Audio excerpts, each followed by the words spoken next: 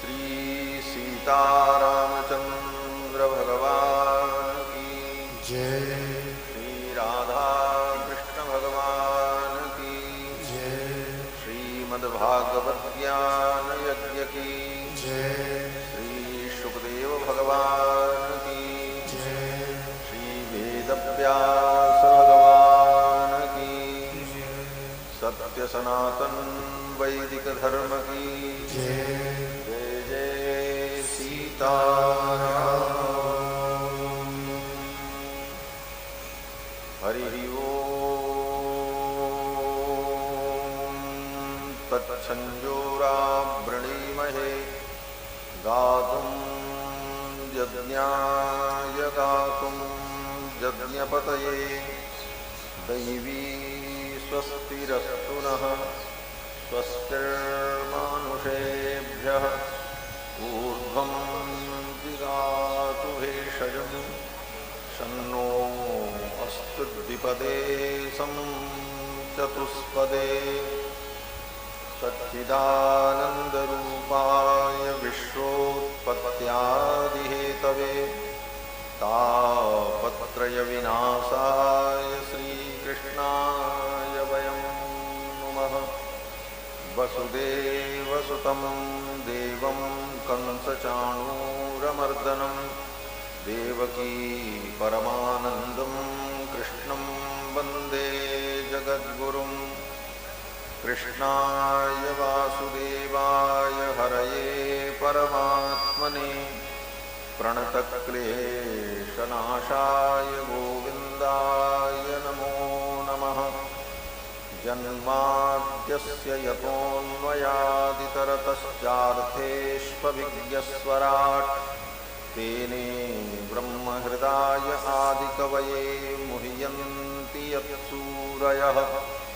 तेजो वारिमृदां यथा विनिमयो यत्र त्रिसर्गो मृषा धाम्ना स्वेन सदा निरस्तकुहकं सत्यं परं धीमहि। निगमकल्पतरोर्गलितं फलं शुकमुखादमृतद्रवसंयुतं पिबत भागवतं रसमालयं मुहुरहो रसिका भुवि भावुकाः। यं प्रव्रजन्तमनुपेतमपेतकृत्यं द्वैपायनो विरहकातर आजुहाव पुत्रेति तन्मयतया करवोऽभिनेदुस्तं सर्वभूतहृदयं मुनिमानतोऽस्मि। व्यासं वसिष्ठनप्तारं शक्तेः पौत्रमकल्मषं पराशरात्मजं वन्दे शुकतातं तपोनिधिं। व्यासाय विष्णुरूपाय व्यासरूपाय विष्णवे नमो वै ब्रह्मनिधये वासिष्ठाय नमो नमः। अचतुर्वदनो ब्रह्मा द्विबाहुरपरो हरिः अभाललोचनः शम्भुर्भगवान् बादरायणः। यस्य स्मरणमात्रेण जन्मसंसारबन्धनात् विमुच्यते नमस्तस्मै विष्णवे प्रभविष्णवे। ऋग्यजुस्सामरूपाय वेदाहरणकर्मणि प्रणवोद्गीतवपुषे महास्वशिरसे नमः। व्याख्यामुद्रां करसरसिजैः पुस्तकं शङ्खचक्रे बिभ्रद्भिन्नस्फटिकरुचिरे पुण्डरीके निषण्णः। अम्लानश्रीरमृतविशदैरंशुभिप्लावयन्माम् आविर्भूयादनघमहिमा मानसे वागधीशः।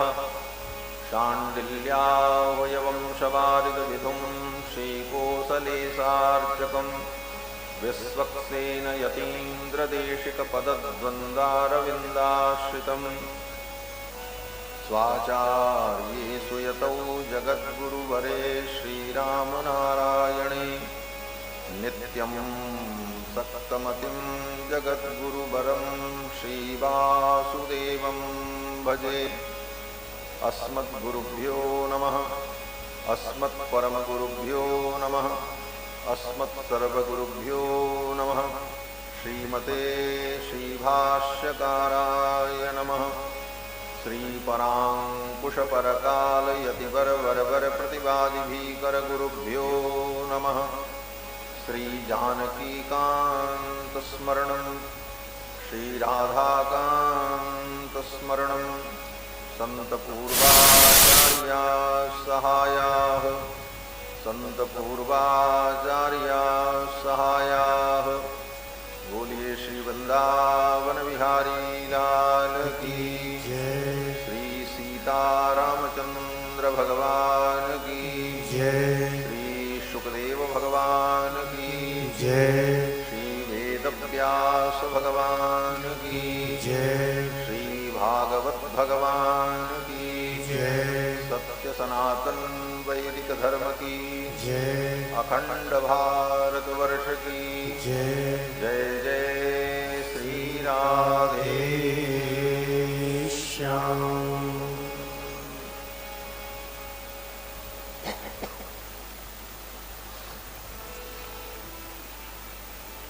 भगवान श्री सच्चिदानंद की मंगलमयी कथा सुधा श्रीमद् भागवत महापुराण के माध्यम से भगवान के दिव्य कल्याणमय चरित्र का, उनके दिव्य गुणों का हम चिंतन करें।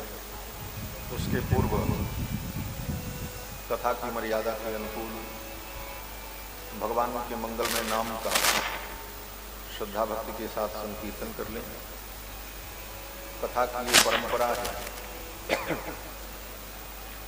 कि कथा के प्रारंभ में गोविंद गोविंद राधे भज राधे राधे गोविंद गोविंद राधे भज राधे राधे गोविंद गोविंद राधे भज राधे राधे गोविंद गोविंद राधे भज राधे राधे गोविंद गोविंद राधे गोविंद राधे गोपाल राधे गोविंद राधे गोपाल राधे गोविंद राधे गोपाल राधे गोविंद राधे गोपाल राधे भज राधे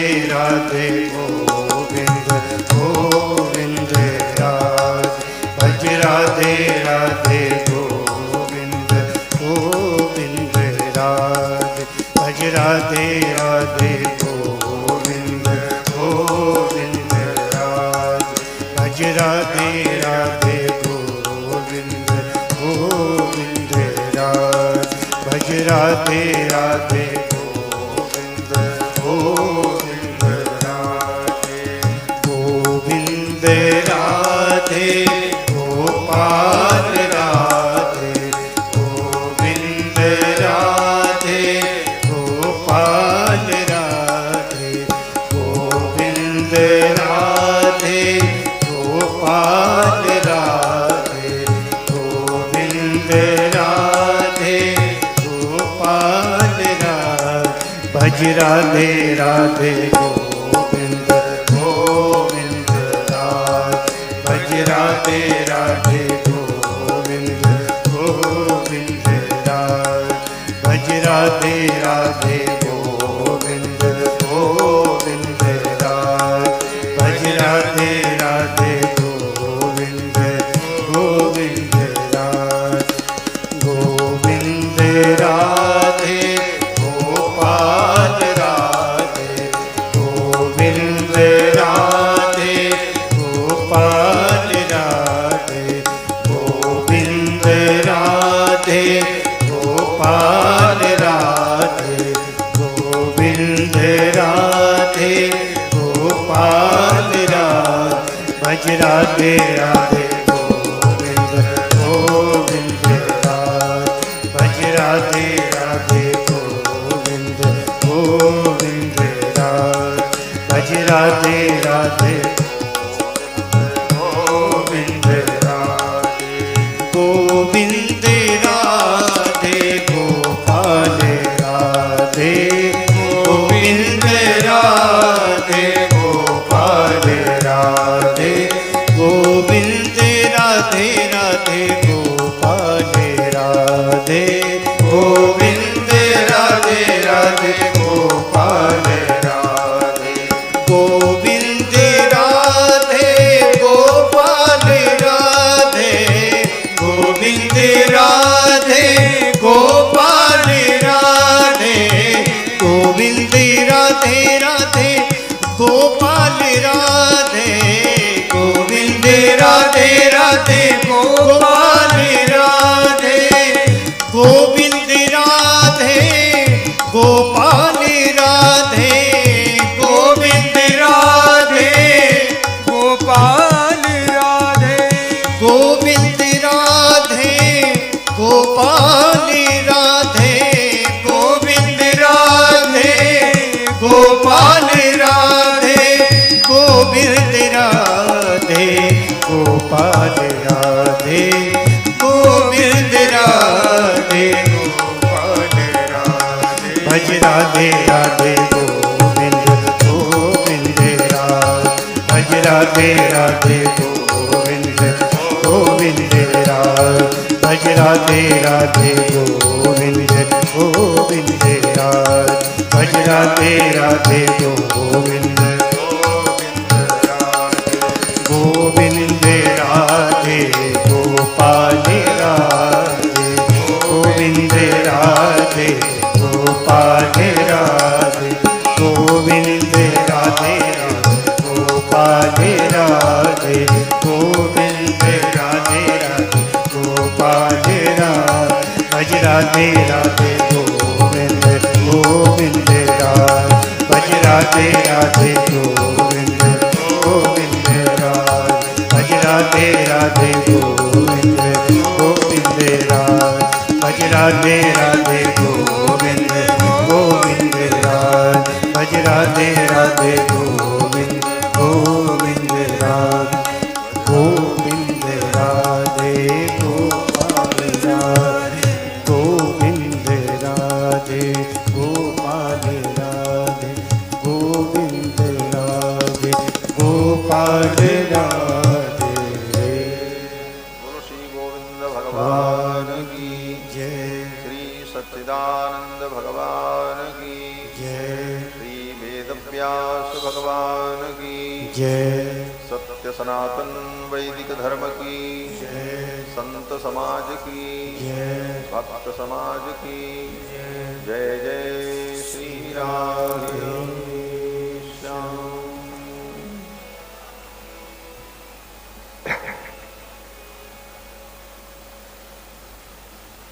परमाध्यक्ष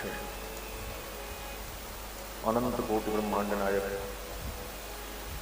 सर्वेश्वरेश्वर पुराण पुरुषोत्तम भक्तवांछा कल्पतरु ब्रजेंद्र नंदन भगवान श्री कृष्णचंद्र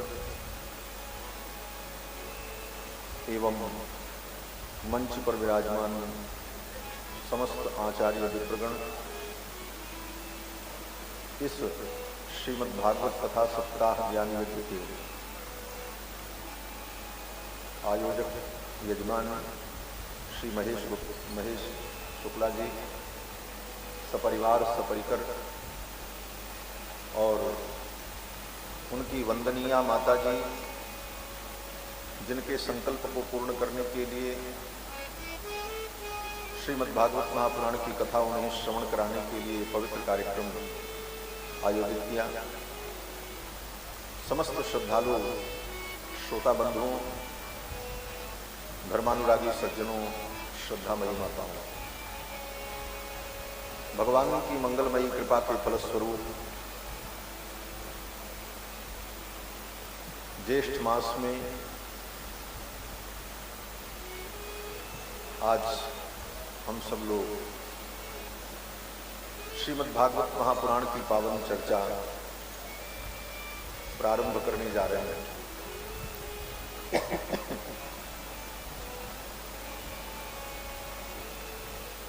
आप सभी लोगों ने समाज में, अपने आस पड़ोस में खूब देखा है, समय समय पर श्रीमद् भागवत महापुराण की कथाएं आयोजित होती रहती हैं। गांव में, नगर में, छोटे स्तर पर, बहुत बड़े स्तर पर अपनी अपनी क्षमता, शक्ति के अनुसार लोग श्रीमद् भागवत महापुराण की पावन चर्चा श्रवण करते हैं और इसका आनंद अनुभव करते हैं। श्रीमद् भागवत महापुराण श्री वेदव्यास जी महाराज की समस्त रचनाओं में सर्वश्रेष्ठ रचना है। श्री वेदव्यास जी महाराज जो भगवान के अवतार हैं और महर्षि भी हैं और भगवान के भक्त भी हैं।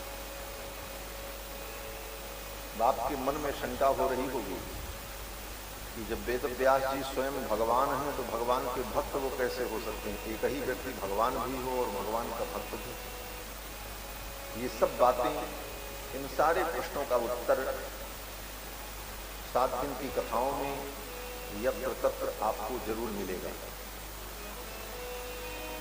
लेकिन क्रमबद्ध कथा को दत्तचित्त होकर श्रवण करना पड़ेगा। थोड़ी सुनी, 10 मिनट सुनी, कभी कुछ सुन लिया, कभी नहीं भी सुना, तो बहुत सारी बातें छूट जाती हैं। ऐसे तो श्रीमद् भागवत महापुराण समुद्र है। इस समुद्र को पार पाना किसी के बस की बात नहीं है। बड़े बड़े विद्वान भी इसमें तैरते और उतराते रहते हैं। इसकी गहराई तक पहुंच पाना सबके बस की बात नहीं। इसीलिए विद्वानों ने कहा है कि विद्यावताम भागवते परीक्षा। बड़े बड़े विद्वानों की बुद्धि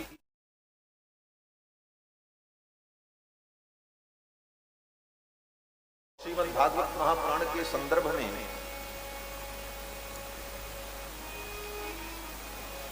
स्वयं भगवान ने कहा है। श्रीमद् भागवत महापुराण के ऊपर अनेक व्याख्याएं लिखी गई। बड़े बड़े टीकाकार विद्वानों ने बड़ी बड़ी टीकाएं लिखी हैं। हमारा 32-35 टीकाएं तो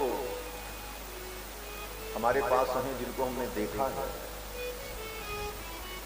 और उसके अतिरिक्त कितनी टीकाएं, कितनी व्याख्याएं लुप्त हो गई और अगर कहीं बची होंगी तो किसी पुस्तकालय की शोभा बढ़ा रही होंगी पांडुलिपियों के रूप में। ऐसा गंभीर ग्रंथ श्रीमद् भागवत महापुराण। श्रीमद् भागवत महापुराण के सबसे प्रसिद्ध टीकाकार विद्वान श्री श्रीधर स्वामी हुए। बहुत बड़े विद्वान। उनकी टीका को पढ़े बिना श्रीमद् भागवत के रहस्यों को कोई समझ नहीं सकता। उन्होंने जब इसकी टीका लिखी तो काशी के विद्वानों ने कहा कि ये टीका प्रामाणिक है, इसको कैसे माना जाए। विद्वानों में भी ईर्ष्या और विद्वेष रहता है। विद्वानों ने कहा इनकी टीका को हम स्वीकार नहीं करते, ये प्रामाणिक नहीं है। तो लोगों ने कहा इसकी प्रामाणिकता कैसे सिद्ध होगी? तो बोले भगवान के मंदिर में इसे रखा जाए और प्रार्थना की जाए, भगवान जो निर्णय सुना दें वही निर्णय मान्य होगा। श्रीधर स्वामी जी की वो श्रीधरी टीका भगवान के मंदिर में रखी गई और सबने प्रार्थना की। श्रीधर स्वामी ने भी प्रार्थना की, हे प्रभु, मैंने गुरुजनों से जो सुना, जो अनुभव किया, अपनी तपस्या, साधना और बुद्धि के विवेक से हमने जो तत्वान्वेषण किया वह सब मैंने इसमें लिपिबद्ध किया है। अगर आपको स्वीकार्य है तो आप अपनी संस्कृति प्रदान करें। पुस्तक, वो ग्रंथ वस्त्र में लपेट करके रखा गया था, उसको किसी ने खोला भी नहीं, लेकिन प्रातः काल जब वो खोल करके पुस्तक को सबके सामने रखा गया तो सुंदर सुनहले अक्षर में पुस्तक के प्रारंभ में ही एक नवीन श्लोक लिखा हुआ था जो अपने आप प्रकट हुआ भगवान के संकल्प से। और वह श्लोक क्या था? उस श्लोक का भाव यही है कि अहम वेद्मि शुको वेत्ति व्यासो वेत्ति वानवा श्रीधर सकलो वेत्ति दीन सिंह प्रसादतः। यही श्लोक टीका के प्रारंभ में स्पष्ट चमक रहा था। विद्वानों ने देखा, अरे ये तो भगवान ने कृपा करके इस ग्रंथ को प्रमाणित किया, भगवान ने अपनी संस्तुति दी। और इसका अर्थ क्या है? भगवान कहते हैं अहम वेद्मि, भागवत के तत्व को मैं जानता हूं। ये बात मैं इसलिए कह रहा हूं कि ये समुद्र है, इसको कितने लोग जानते हैं, सब नहीं जान सकते, अगाध है। स्वयं भगवान कहते हैं अहम वेद्मि, भागवत के संपूर्ण तत्व को मैं जानता हूं। पहला व्यक्ति भगवान जानते हैं। भगवान जानते हैं तो कोई बड़ी बात नहीं है, क्योंकि भगवान सर्वज्ञ हैं, जानते हैं तो जानते हैं। भगवान तो सर्वज्ञ हैं, उनको जानने में क्या लगा? तो भगवान कहते हैं अहम वेद्मि, मैं जानता हूं। शुको वेत्ति, सुखदेव जी जानते थे, जिन्होंने इस कथा को राजा परीक्षित को सुनाया। अहम वेद्मि शुको वेत्ति व्यासो वेत्ति वानवा। और जिसने इस ग्रंथ की रचना की श्री वेदव्यास जी महाराज, भगवान कहते हैं वेदव्यास जी जानते हैं कि नहीं जानते हैं, इसमें संदेह है, जबकि रचना वेदव्यास जी ने की। अब आप कहोगे कि जिसने रचना की उसको ही नहीं पता। बोले रचना करने का मतलब लिपिबद्ध करना। वेदव्यास जी ने इसको लिपिबद्ध किया है। जैसे प्रेस में जब किताब छपती है तो कंपोजिंग करने वाला व्यक्ति एक एक अक्षर लिखता है, लेकिन किताब छप जाए तो उससे पूछो कि उसमें क्या क्या लिखा, उसका मतलब क्या है, तो क्या मालूम रहता? कंपोजिंग वो जरूर करता है, उसके एक एक अक्षर को, एक एक मात्राओं को, एक एक बिंदुओं को वो संभाल करके अंकित करता है, लेकिन उसके सारे तत्व को वो जानता हो ये जरूरी नहीं है। और अगर वो जानता ही होता तो फिर काहे को कंपोजिंग नहीं करता, बहुत कहीं प्रोफेसर बनकर के बैठे। तो उसी प्रकार से इसका तात्पर्य है, आप न समझें कि वेदव्यास जी की यहां पर कहीं न्यूनता का वर्णन हो रहा है, ये भागवत की महत्ता का वर्णन हो रहा है। जब किसी की महत्ता को बताते हुए किसी की न्यूनता भी वहां परिलक्षित होने लग जाए तो वह न्यूनता नहीं होती, अपितु जिसकी महत्ता का प्रतिपादन किया जाता है तात्पर्य उसका ग्रहण होता है, तात्पर्य उसी का लिया जाता है। यह सब शास्त्र को समझने की गुत्थियां हैं और विधि है, कैसे शास्त्र की पंक्तियों को लगाया जाता है और कैसे उनका चिंतन किया जाता है। न निंदा निंदितुम,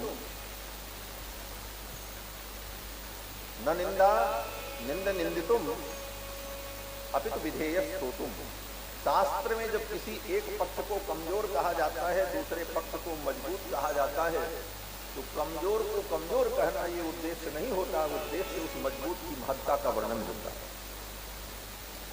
इसीलिए इस बात को न जानने वाले लोग दोनों बातों को लेकर के लड़ने लगा रहे, यहां तो ऐसा क्यों लिख दिया इनके विषय, उसके संदर्भ को देखना।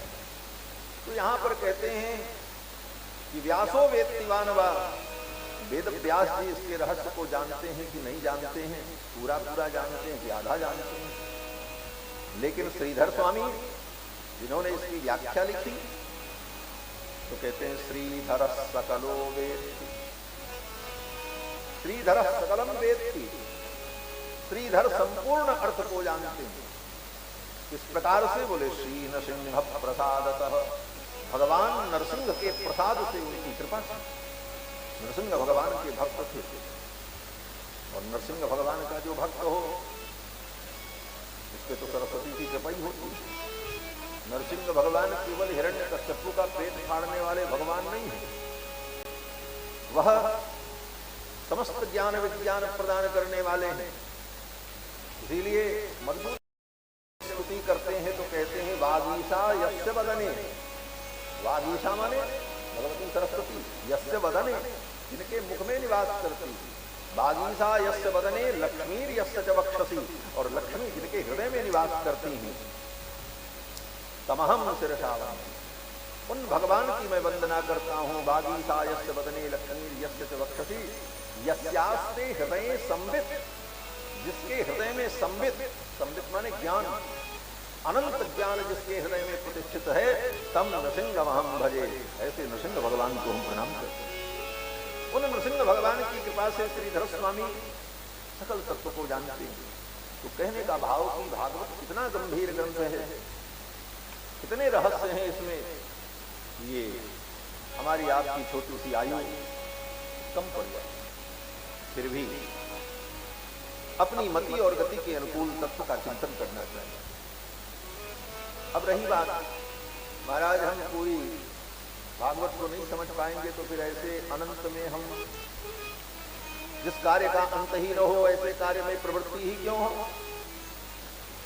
बोले प्रवृत्ति अपने आनंद के लिए होती है। उड़ने वाले जितने भी जीव हैं उनमें सबसे छोटा जीव उड़ने वाला कौन है? बोले मच्छर और मक्खी। और सबसे बड़े उड़ने वाले जीवात्मा कौन है? बोले श्री गरुड़ जी महाराज, जिनकी गति अबाध है, जो भगवान के वाहन। गरुड़ भी उड़े और मक्खी भी उड़े आकाश में, और दोनों चल पड़े कि हम आकाश का पता लगाएंगे कितना बड़ा है, तो क्या होगा? बोले मक्खी मच्छर उड़ेगा 1-8 किलोमीटर, ज्यादा से ज्यादा 2 किलोमीटर उड़ करके वो थक करके लौट आएगा, बस, इसलिए आगे नहीं। और गरुड़ जी उड़ेंगे तो गरुड़ जी, बोले गरुड़ जी भी 2-4 ब्रह्मांड तक जाएंगे, 10-20-50 ब्रह्मांड। इस अनंत ब्रह्मांड के अनंत आकाश का अंत गरुड़ जी भी नहीं पा सकते। तो न गरुड़ जी को अंत मिला न मक्खी को मिला, उड़े दोनों। उसी प्रकार से कोई बड़ा से बड़ा विद्वान हो वह भी इसका अंत नहीं पा सकता, और छोटे विद्वान तब बोले उड़ करके हम इस अनंत आकाश में, इस निर्मल आकाश में हम उड़ करके अपने को आनंदित कर लें, बस उद्देश्य इतना ही। जैसे समुद्र में चाहे कोई पर्वत डाल दो, चाहे एक छोटा मिट्टी का टुकड़ा डालो, डूब दोनों जाएगा, डूबेंगे दोनों। उसी प्रकार से इस समुद्र में बड़े बड़े विद्वान भी डूबते हैं, और अल्पज्ञ भी डूबते हैं, मर्मज्ञ भी डूबते हैं, और इसमें डूबना ही उद्देश्य है, डूबना ही इसका लक्ष्य है, जिसमें हम डूबेंगे। ऐसा ये दिव्य ग्रंथ श्रीमद् भागवत महापुराण श्री वेद व्यास जी महाराज ने इसकी रचना की। वेद व्यास जी ने इसे लिपिबद्ध किया, और वेद व्यास जी ने केवल श्रीमद् भागवत महापुराण की रचना नहीं की, अन्य 17 पुराण, महाभारत जैसे महान ग्रंथ का श्री वेद व्यास जी ने प्रणयन किया। सभी पुराणों में और महाभारत में सब मिलाकर के श्री वेद व्यास जी ने 5 लाख श्लोकों की रचना की। महाकवि, और व्यास जी ने जितना लिख दिया है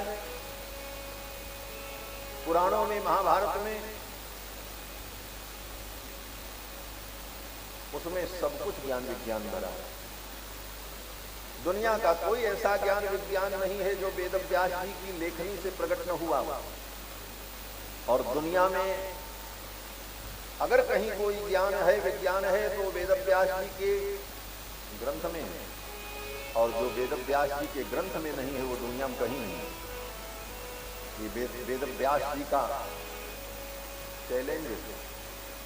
महाभारत के अंत में वेद व्यास जी यही लिखते हैं, यन् नेहास्ति न तत्क्वचित्, जो मेरे महाभारत में नहीं है वो दुनिया में कहीं नहीं है, और जो ज्ञान विज्ञान दुनिया के किसी कोने में है वो मेरे ग्रंथ में है। इतना बड़ा ज्ञान का मौका है। तो श्री वेद व्यास जी महाराज ऐसे महामनीषी, उन्होंने 17 पुराण की रचना की, महाभारत की रचना की, लेकिन इतना सब कुछ करने के बाद उनके मन को शांति नहीं हुई। 17 पुराण और महाभारत लिखने के बाद, इतना जगत का उपकार करने के बाद भी वेद व्यास जी को शांति की अनुभूति नहीं हुई। उनका मन खेद खिन्न था। हमें कुछ और करना चाहिए, लगता है मुझे कुछ और करना चाहिए, अभी कोई कार्य शेष है।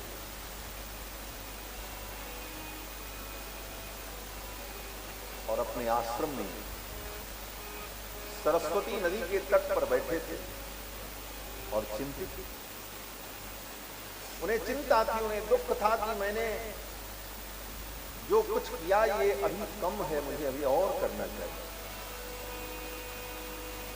देखो,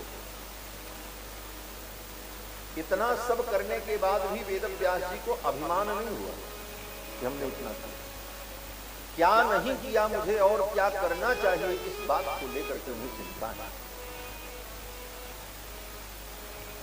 आज हम समाज के लिए, राष्ट्र के लिए, देश के लिए, धर्म के लिए थोड़ा कुछ कर्म देते हैं तो उतने में ही हम गर्वित हो जाते हैं, हमने इतना किया, हमने ये कर डाला।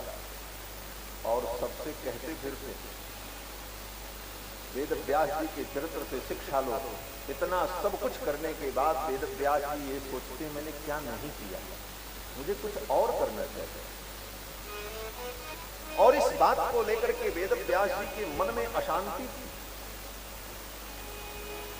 सरस्वती नदी के तट पर श्री वेद व्यास जी बैठे थे, सम्याप्रास नाम के अपने आश्रम में, बद्री नारायण धाम में। जो लोग बद्री नारायण गए होंगे उनको मालूम होगा, बद्री नारायण धाम से भगवान बद्री विशाल के मंदिर से लगभग 1 किलोमीटर की दूरी पर माना ग्राम के पहले श्री वेद व्यास जी की वो पवित्र गुफा है जहां पर रह करके उन्होंने इन ग्रंथों का प्रणयन किया। उस स्थल का नाम है सम्याप्रास। अपने आश्रम में चिंतित होकर के वेद व्यास जी बैठे थे, तब तक कहीं से देवर्षि नारद आ गए। देवर्षि नारद को कहीं से आना क्या था। देवर्षि नारद तो रोज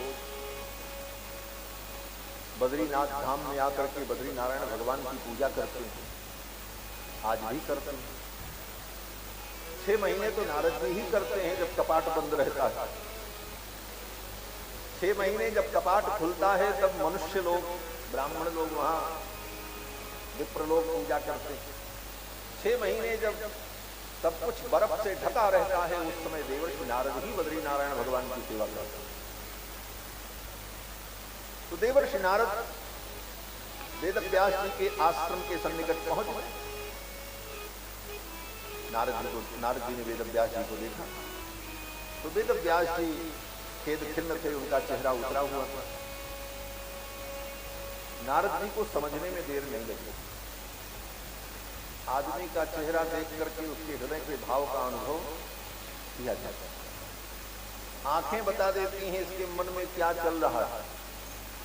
मन महीप के हाल को दृग दीवान कही दे, मन महीप के हाल को दृग दीवान कही दे। मन में क्या चल रहा है ये आंखें कह देती हैं, बता देती। चेहरा बता देता है महाराज क्या सोच रहा है, इसके मन में क्या चल रहा है। लेकिन वो पढ़ने की कला सामने वाले व्यक्ति के अंदर होनी चाहिए।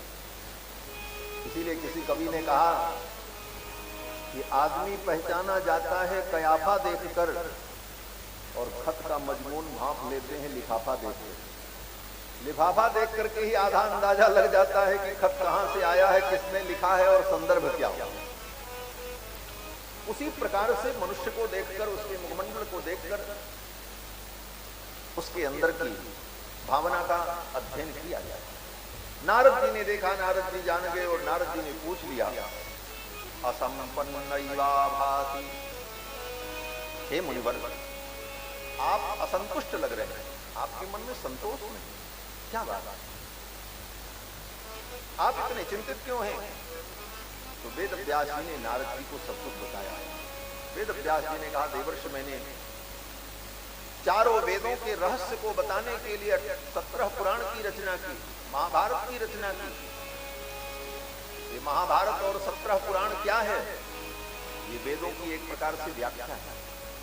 इतिहास पुराणाभ्याम वेदम समुपबंधये, इतिहास और पुराण के द्वारा वेद का ही उपब्रह्मण किया है वेद व्यास, उसी का विस्तार किया है, उसी की व्याख्या की है लौकिक संस्कृत में। आप कहोगे लौकिक संस्कृत, बोले संस्कृत भाषा भी दो प्रकार की है, एक वैदिक संस्कृत, एक लौकिक संस्कृत। वैदिक संस्कृत के व्याकरण और नियम भिन्न होते हैं, और लौकिक संस्कृत जो है उसके व्याकरण और प्रकृति प्रत्यय कुछ भिन्न होते हैं। बहुत समानता भी होती है लेकिन बहुत भिन्नता भी होती है, इसलिए संस्कृत भाषा को दो भागों में विभक्त किया, लौकिक संस्कृत और वैदिक संस्कृत। तो वेद जो वैदिक संस्कृत में है उसका लौकिक संस्कृत में वेद व्यास जी ने पुराण के माध्यम से, महाभारत के माध्यम से विस्तार किया। और ये विस्तार करने की जरूरत क्यों पड़ी? इसलिए पड़ी कि कलयुग में विपरीत परिस्थितियों के कारण, सदाचरणहीन होने के कारण, तपस्या से रहित होने के कारण, शुद्ध सात्विक जीवन न होने के कारण वेदादि ग्रंथों का अध्ययन करके वेद के द्वारा तत्व ज्ञान प्राप्त करना अत्यंत कठिन हो जाए। तो सरलता से लोगों को तत्व का बोध हो जाए। वेदों में वर्णित जो धर्म है, वेदात धर्मो ही निर्वभौ, उस वैदिक धर्म का सामान्य प्राणी को भी बोध हो जाए, इसलिए पुराणों की रचना और महाभारत की रचना वेद व्यास जी। वहां पर नारद जी से वेद व्यास जी ने कहा कि जो लोग वेद नहीं पढ़ सकते, पढ़ने का अधिकार है लेकिन पढ़ नहीं सकते, और जो पढ़ना चाहते हैं लेकिन उनके लिए वेदाध्ययन की अनुमति नहीं है, दोनों परिस्थितियां हैं। तो ऐसे लोगों को वेद के तत्व का बोध कैसे हो? कौन पढ़ सकता है, कौन नहीं पढ़ सकता? वेद पढ़ने का नियम है। वेद वही पढ़ सकता है जिसका यज्ञोपवीत संस्कार हो। यज्ञोपवीत संस्कार के बाद वेदारंभ नाम का संस्कार होता है, और तब वेद पढ़ने की शुरुआत होती है। वेदारंभ नाम ही है उस संस्कार का। और जिसका यज्ञोपवीत संस्कार हो, ब्राह्मण क्षत्रिय वैश्य 3 वर्ण का, त्रैवर्णिक, और फिर यज्ञोपवीत संस्कार के बाद वो संध्या वंदन करता हो, त्रिकाल संध्या, प्रातः संध्या, मध्याह्न संध्या, सायं संध्या, और दोनों समय प्रातः काल सायंकाल पवित्र अग्नि में समित आधान करता हो, समित का होम करता हो, और गुरु की शुश्रूषा करके पवित्र दशा में, पवित्र मुहूर्त में गुरु के चरणों में बैठ करके वेद का अध्ययन करे, वेद को श्रवण करे। गुरु उच्चारण पूर्वक शब्द राशि ग्रहण इसको कहा जाता है। एक बार गुरु जी उच्चारण करें, फिर शिष्य सुने, दोबारा फिर गुरु जी उच्चारण करें और शिष्य सुने, और तीसरी बार में गुरु शिष्य दोनों उस मंत्र का उच्चारण करें। इस प्रकार वेद के एक एक मंत्रों को ग्रहण किया जाता है। ये तो केवल शब्द ग्रहण है, इसके बाद तब इसकी व्याख्या अर्थ ग्रहण तो और आगे का विषय होता है। इस प्रकार से वेदाध्ययन की जो विधि है उसके अधिकारी तय किए गए हैं। कौन पढ़ सकता है, कौन नहीं पढ़ सकता? बोले जिसका यज्ञोपवीत न हो नहीं पढ़ सकता। स्त्री का यज्ञोपवीत संस्कार नहीं होता, इसलिए स्त्री को वेद पढ़ने के लिए अनुमति नहीं दी गई। स्त्री के यज्ञोपवीत का शास्त्र में कहीं विधान नहीं है। लेकिन आजकल तो कलयुग में कुछ पाखंडी संस्थाएं ऐसी हैं जो सनातन धर्म के विपरीत स्त्रियों को भी यज्ञोपवीत पहना देती। स्त्रियां भी यज्ञोपवीत पहन करके गायत्री मंत्र का जप करने लगते हैं। बोले हम भी गायत्री जपते हैं। बोले कुछ नहीं होने वाला, उल्टे नरक हो जाएगा, समझ में नहीं। क्यों? बोले शास्त्र के विरुद्ध आचरण को धर्म नहीं कहा जाता। धर्म क्या है? वेद प्रणहितो धर्म। वेद जो विधान करेगा, जो शास्त्र विधान करेगा, वही धर्म होगा। आप अपने मन से किसी वस्तु को, किसी क्रिया को धर्म मान लो तो धर्म नहीं हो सकता। तो स्त्री का यज्ञोपवीत संस्कार नहीं होता, इसलिए स्त्री को वेद मंत्र पढ़ने का विधान नहीं। इसीलिए इतिहास में आप देखो कभी कोई स्त्री गुरुकुल में जाकर के वेद पढ़ी हो, कहीं नहीं। पुरुष गए गुरु गृह गए पढ़न रघुराई। भगवान श्री कृष्ण गुरुकुल में पढ़ने गए, लेकिन राधा जी ने गुरुकुल में वेद पढ़ा हो, सीता जी ने पढ़ा हो, या सीता जी का या राधा जी का यज्ञोपवीत संस्कार कभी हुआ हो, कहीं किसी कथा में सुना? ये कलयुग के धूर्त लोग स्त्रियों का यज्ञोपवीत संस्कार करके सनातन धर्म के सिद्धांत को भ्रष्ट कर रहे हैं। ऐसे विधर्मियों को, ऐसे नास्तिकों को क्या कर सकते? ऐसे नास्तिकों से, ऐसे विधर्मियों से समाज को दूर रहना चाहिए, अन्यथा वो तुम्हारे धर्म को, तुम्हारी संस्कृति को विकृत कर देंगे। धर्म के नाम पर तुम्हें अधर्म परोस देंगे। तो वेद का अध्ययन करने का जिनके लिए विधान नहीं है और जिनके लिए विधान है ब्राह्मणों के लिए, वे ब्राह्मण भी, जिन ब्राह्मणों का यज्ञोपवीतादि संस्कार समय से नहीं हुआ, संध्या वंदन नहीं करते, जिस ब्राह्मण ने अपने इस जीवन में सुरापान कर लिया, एक बार भी शराब पी लिया, वह व्यक्ति वेदाध्ययन का अधिकारी नहीं रह जाता। एक बार भी अगर किसी ने शराब पी ली, किसी ब्राह्मण ने, तो उस ब्राह्मण को इस जीवन में अब वेद पढ़ने का अधिकार नहीं रहा, क्योंकि उसने महापाप किया। शराब पीना सनातन धर्म में सबसे बड़ा पाप माना गया। ब्रह्म हत्या और सुरापान, ये दोनों को एक कोटि में रखा गया। तो इस तरह से जो अधिकारी हैं वो अपने कुकर्म के कारण वेदादि शास्त्र के अध्ययन के अधिकारी नहीं, और जो जन्मतः उनके लिए विधान नहीं, तो इन दोनों का कल्याण कैसे हो? भाई है मनुष्य ही है, गलतियां की। ब्राह्मण होकर के वेद नहीं पढ़े, ब्राह्मण होकर के अपने धर्म का पालन नहीं किया, क्षत्रिय होकर के अपने धर्म का पालन नहीं किया, और स्त्री और चतुर्थ वर्ण ये करना चाहते हैं, लेकिन शास्त्र ने उनको अनुमति नहीं दी।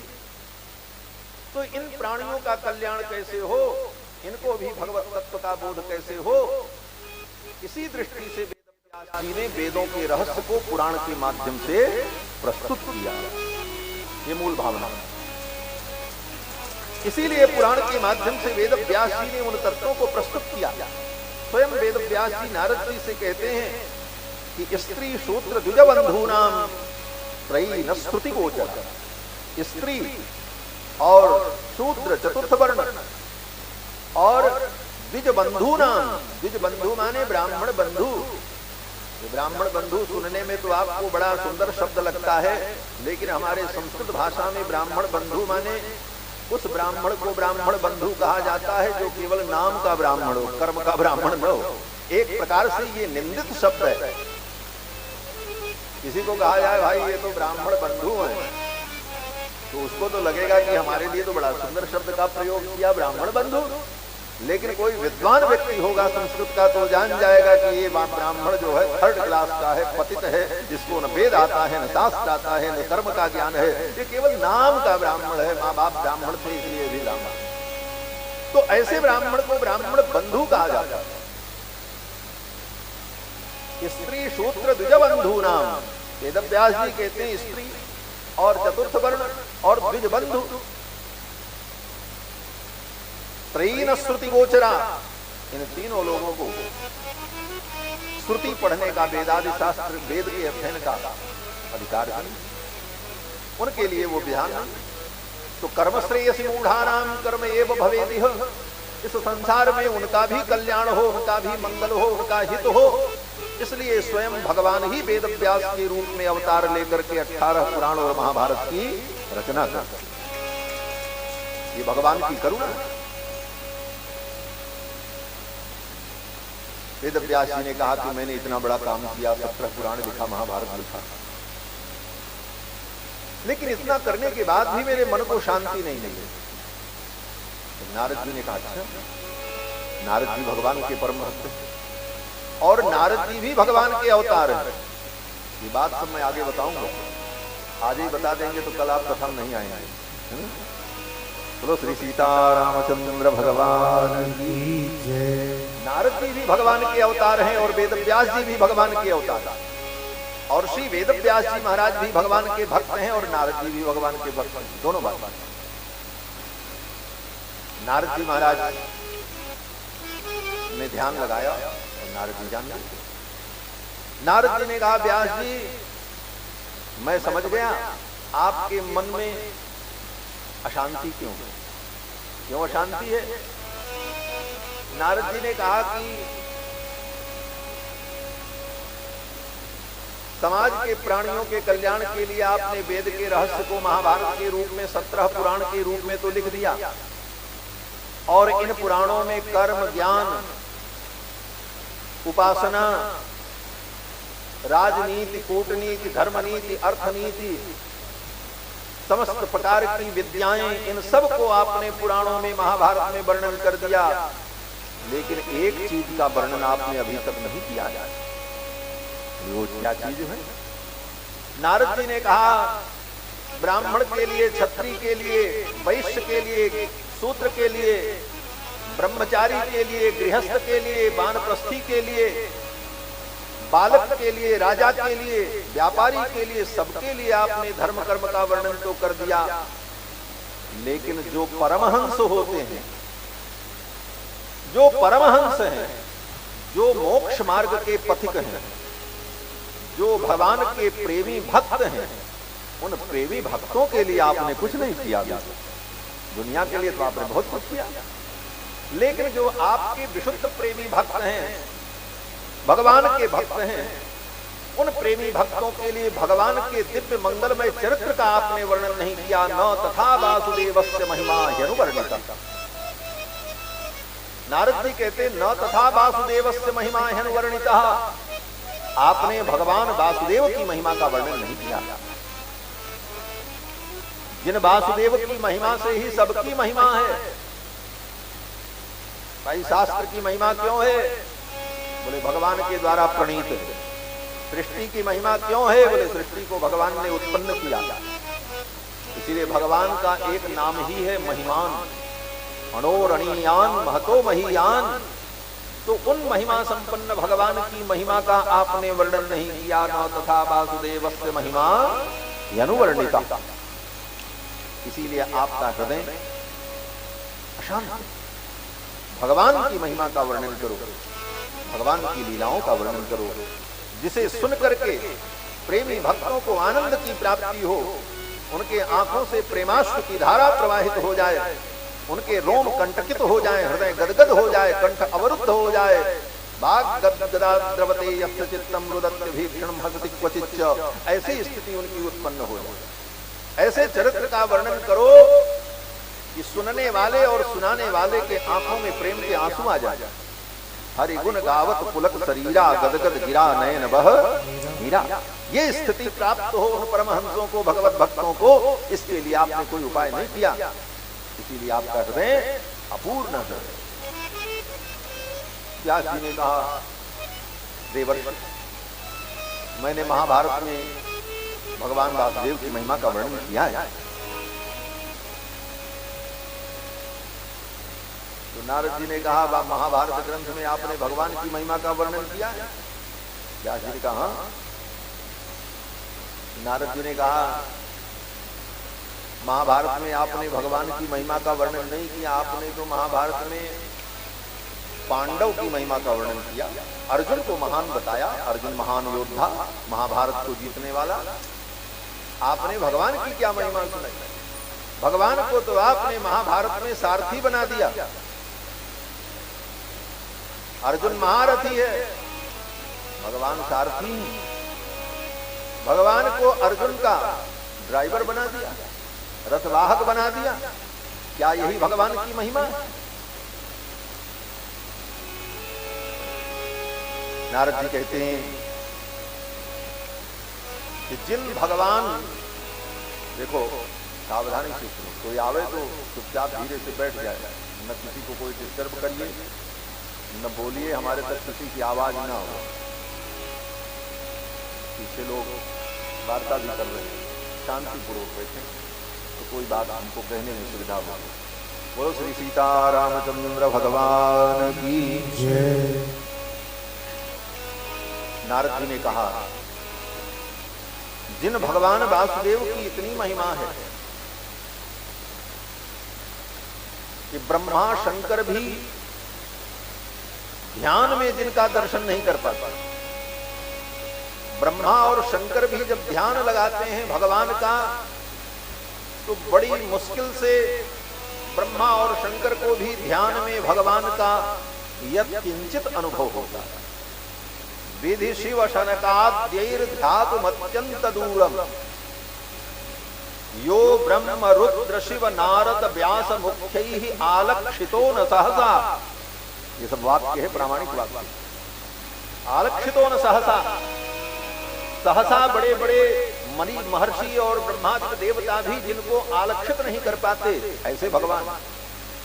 ये भगवान की महत्ता है। और जिन भगवान के संकल्प मात्र से अनंत अनंत ब्रह्मांड उत्पन्न होते हैं और उनके संकल्प मात्र से पालित होते हैं, और जिनके संकल्प मात्र से अनंत अनंत ब्रह्मांड लय को प्राप्त हो जाते हैं। अखिल भुवन जन्मस्थेम भंगादि लीले, अखिल भुवन जन्मस्थेम भंग, अनंत अनंत ब्रह्मांड की उत्पत्ति, पालन और उनका भंग, ये तीनों क्रियाएं जिनकी लीला मात्र है, संकल्प मात्र है। अखिल भुवन जन्मस्थेम भंगादि लीले, ऐसे भगवान महामहिम। उन महामहिम को आपने महाभारत में अर्जुन का सारथी बना दिया। अर्जुन रथ में ऊपर बैठता है, गोविंद नीचे बैठते हैं। हाँ। जहां अर्जुन का चरण वहां ठाकुर जी का सिर, और केवल सिर ही नहीं, आपको बतावें तो सुनकर के आश्चर्य होगा। आज का ड्राइवर तो बगल वाली सीट में बैठता था, लेकिन रथ में तो रथ चलाने वाला सारथी नीचे बैठता है, रथी ऊपर बैठता है, एक स्टेप ऊपर,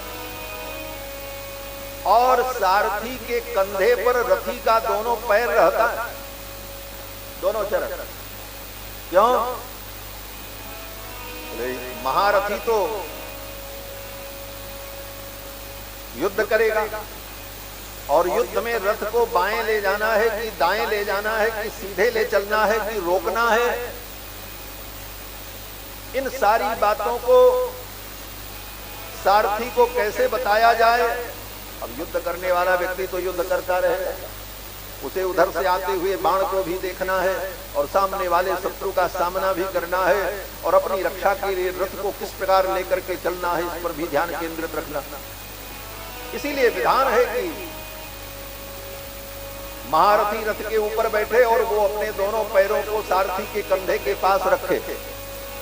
दाहिने जाना हो तो अपने दाहिने पैर के अंगूठे से सारथी के दाहिने कान का स्पर्श करे तो वो समझ जाए इधर घूमना।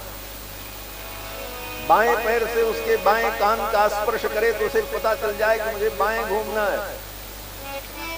दोनों कानों का स्पर्श करे तो वो समझ जाए कि आगे चलना है, और उसके दोनों कंधों को अपने दोनों पैरों से वो थोड़ा पुश करे, दबावे तो उसको अनुभव होगा रथ रोक देना।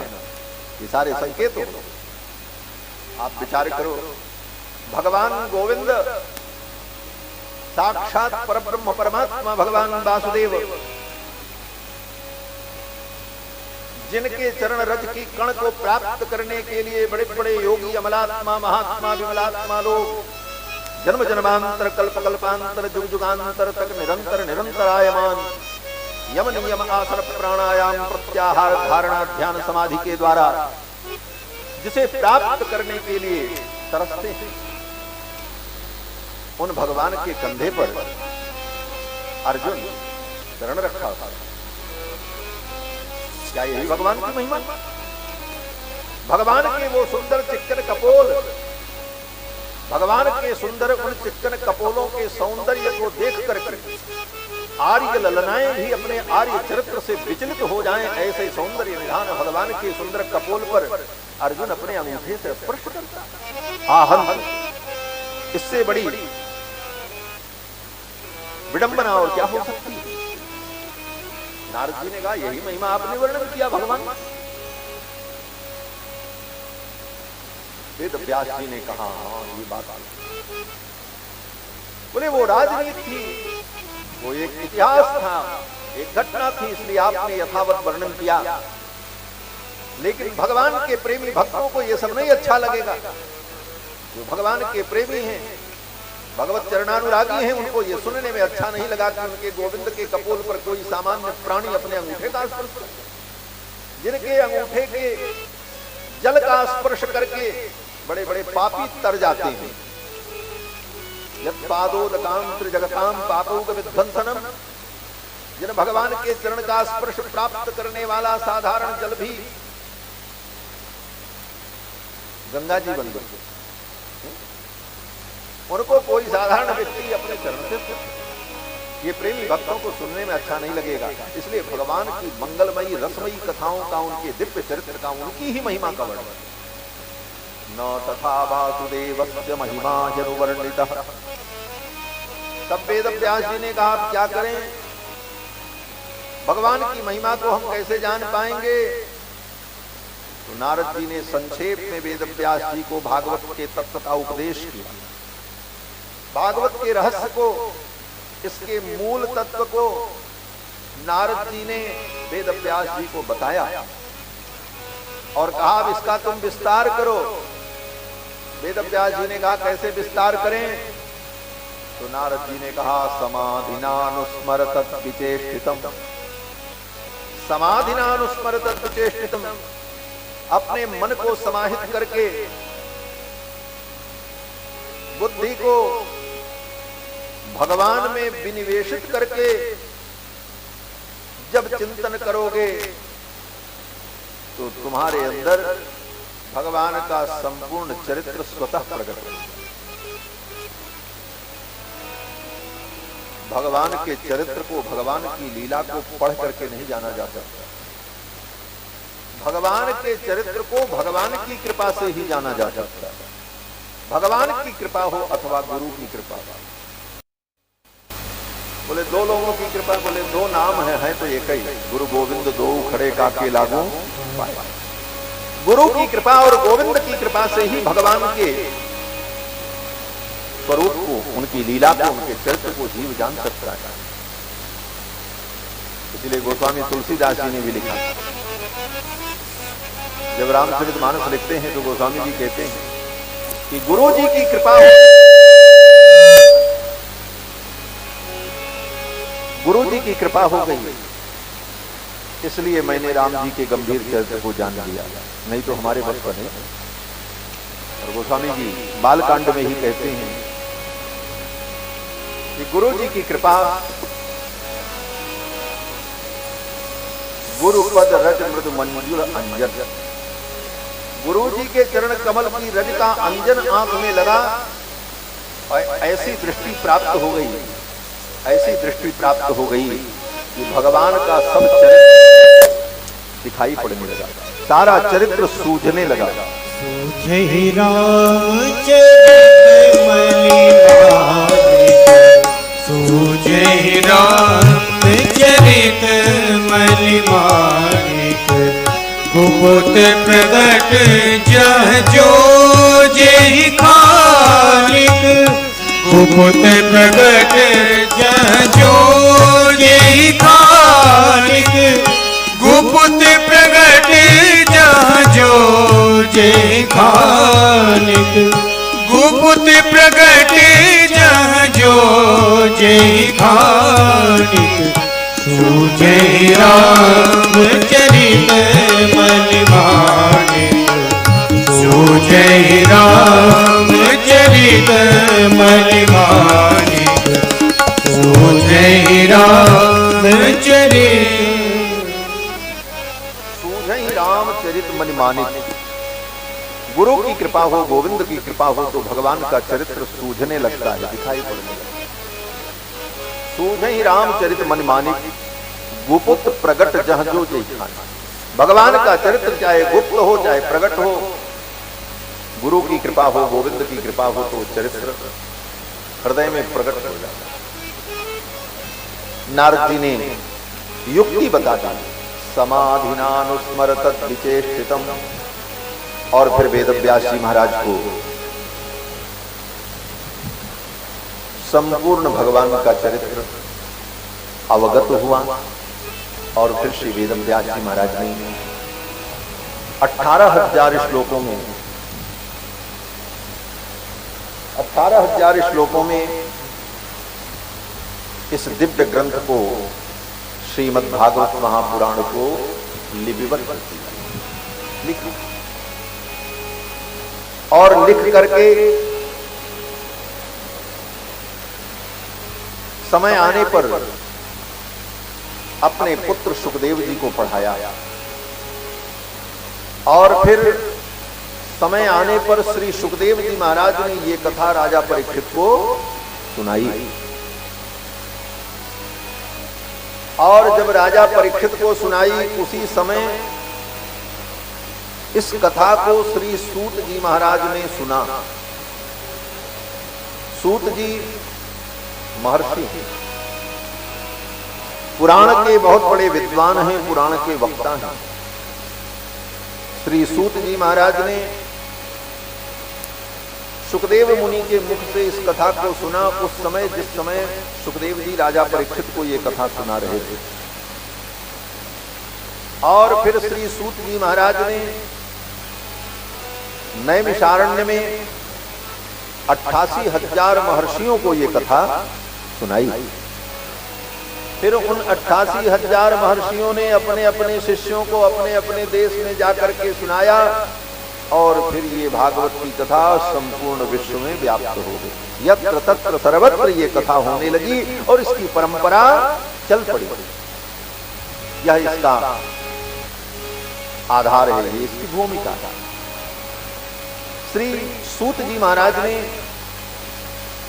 नैमिषारण्य में जब कथा सुनाई, आज से लगभग 5,120 वर्ष पूर्व, आज से लगभग 5,120 वर्ष पूर्व। अब 20 वर्ष पूर्व लगभग इसलिए कह रहा हूं कि वो 18 भी हो सकता, 20 भी हो सकता, 17 भी हो सकता, 21 भी हो सकता, ये लगभग लमसम। तो 5,120 वर्ष लगभग मानो, कितने वर्ष पूर्व नैमिषारण्य में श्री सूत जी महाराज ने ये कथा 88,000 शौनकादि मुनियों को सुनाई। श्री सूत जी महाराज नैमिषारण्य में विराजमान थे। 88,000 शौनकादि मुनि वहां एकत्रित हुए दीर्घ काल तक सत्संग करने के। कलयुग आने वाला था, कलयुग शुरू होने वाला था, लगभग शुरू हो गया था।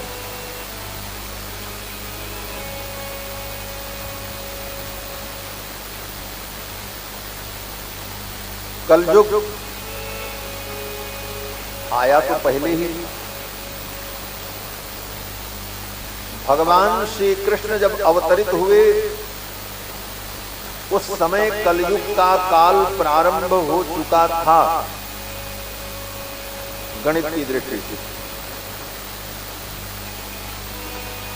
लेकिन भगवान श्री कृष्ण के प्रभाव से वो कलयुग सफल नहीं था। इसलिए भगवान श्री कृष्ण की लीला के काल को द्वापर में ही माना जाता है। द्वापर में कृष्ण अवतार था।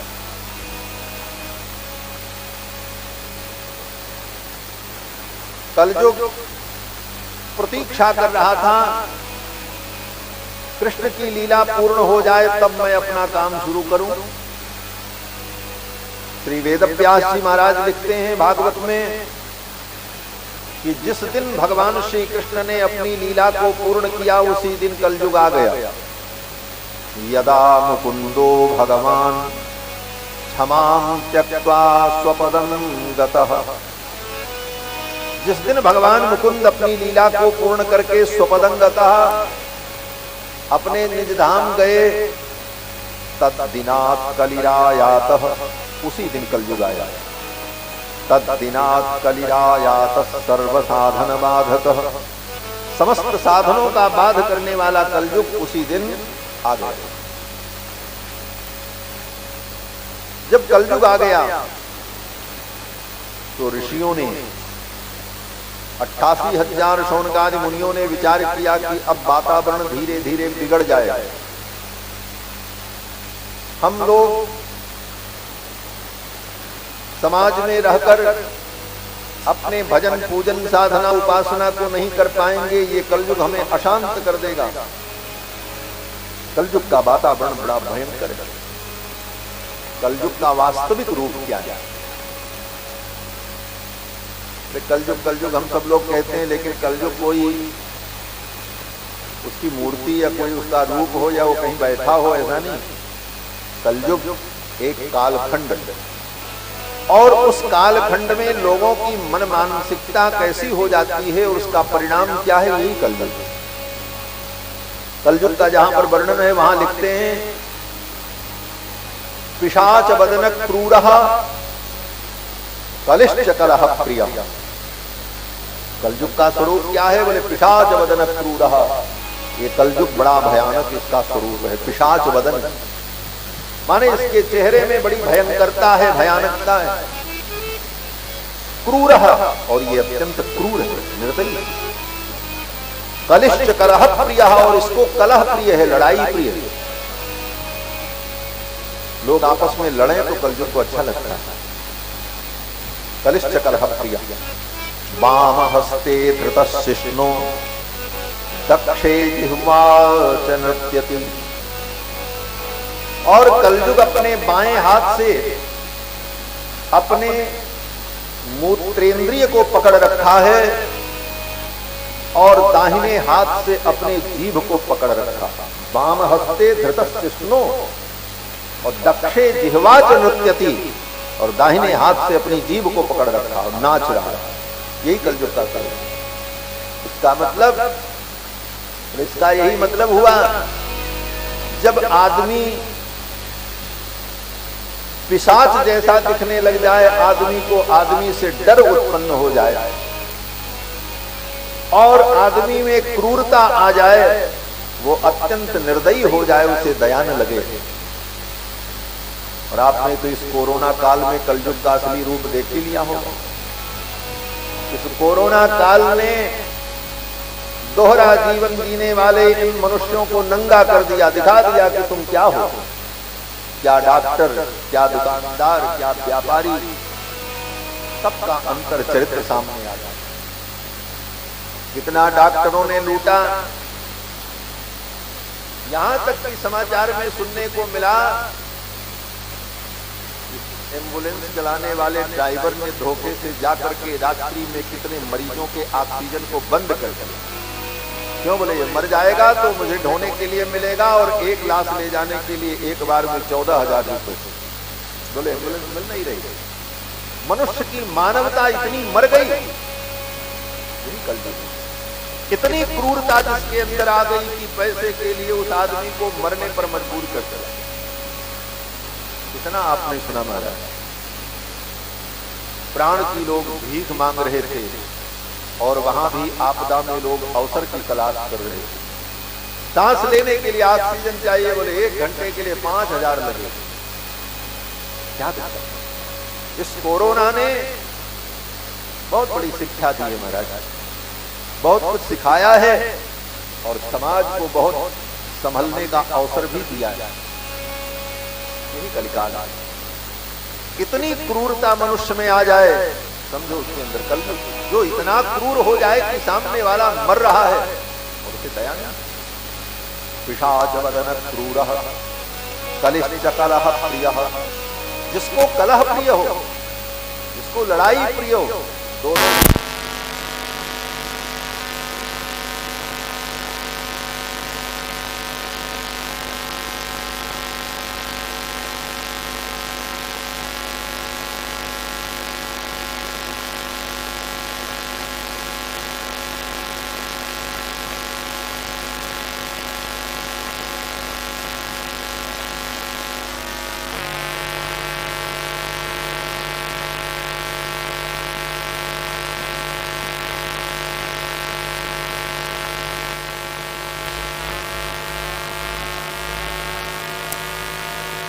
राम सीता राम राम राम सीता राम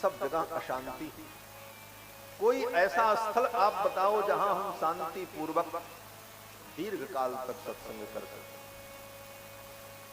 दीर्घ काल तक सत्संग क्यों? महर्षियों ने कहा जब तक हम सत्संग में रहेंगे तब तक कलयुग के प्रभाव से बचे रहेंगे। कलयुग के प्रभाव से बचने का यही उपाय है कि हम अधिक से अधिक अपने समय को सत्संग में व्यतीत करें। जितनी देर हम सत्संग में व्यतीत करेंगे उतनी देर हम कलयुग के प्रभाव से मुक्त रहेंगे। आप जितनी देर कथा में, जितनी देर सत्संग में, जितनी देर पूजा में, जितनी देर मंदिर में, सत्कर्म में आप जितने देर रहते हो उतने देर आप कलयुग से बचे रहते हो। उस समय आपके मन में न किसी के प्रति विरोध का भाव आता है, न कोई गलत कार्य करने की प्रवृत्ति होती है, न किसी से ईर्ष्या द्वेष का कोई चिंतन होता है। इस प्रकार से हम अधिक से अधिक सद्भाव में रह करके कलयुग के प्रभाव से हम मुक्त रह रहे हैं। महर्षियों ने कहा कोई स्थान बताओ जहां पर हम सत्संग करें और हमारे जीवन में कलयुग का प्रभाव हो, और वो स्थान शांत हो, एकांत हो। यह भी एक बात।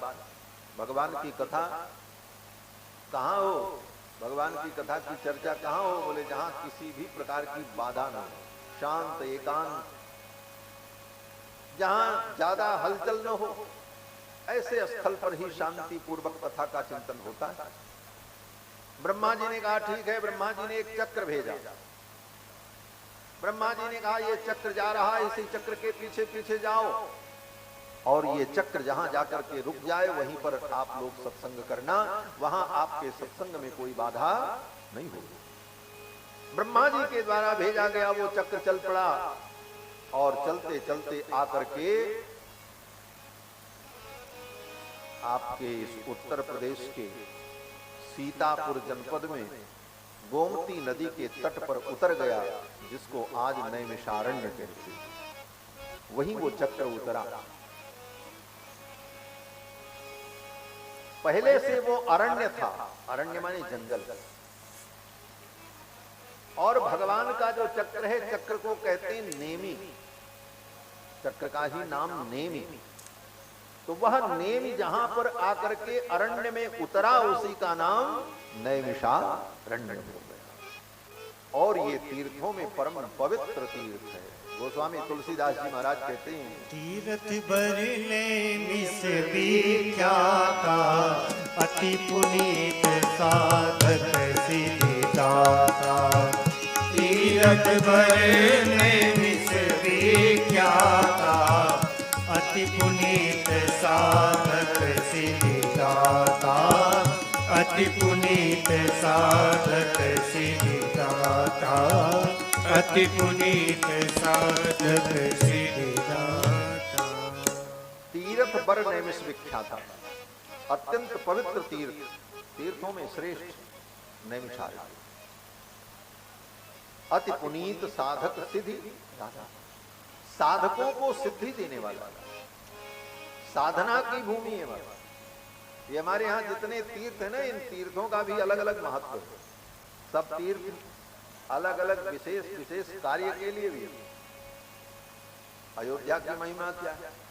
बोले अयोध्या वैराग्य की भूमि।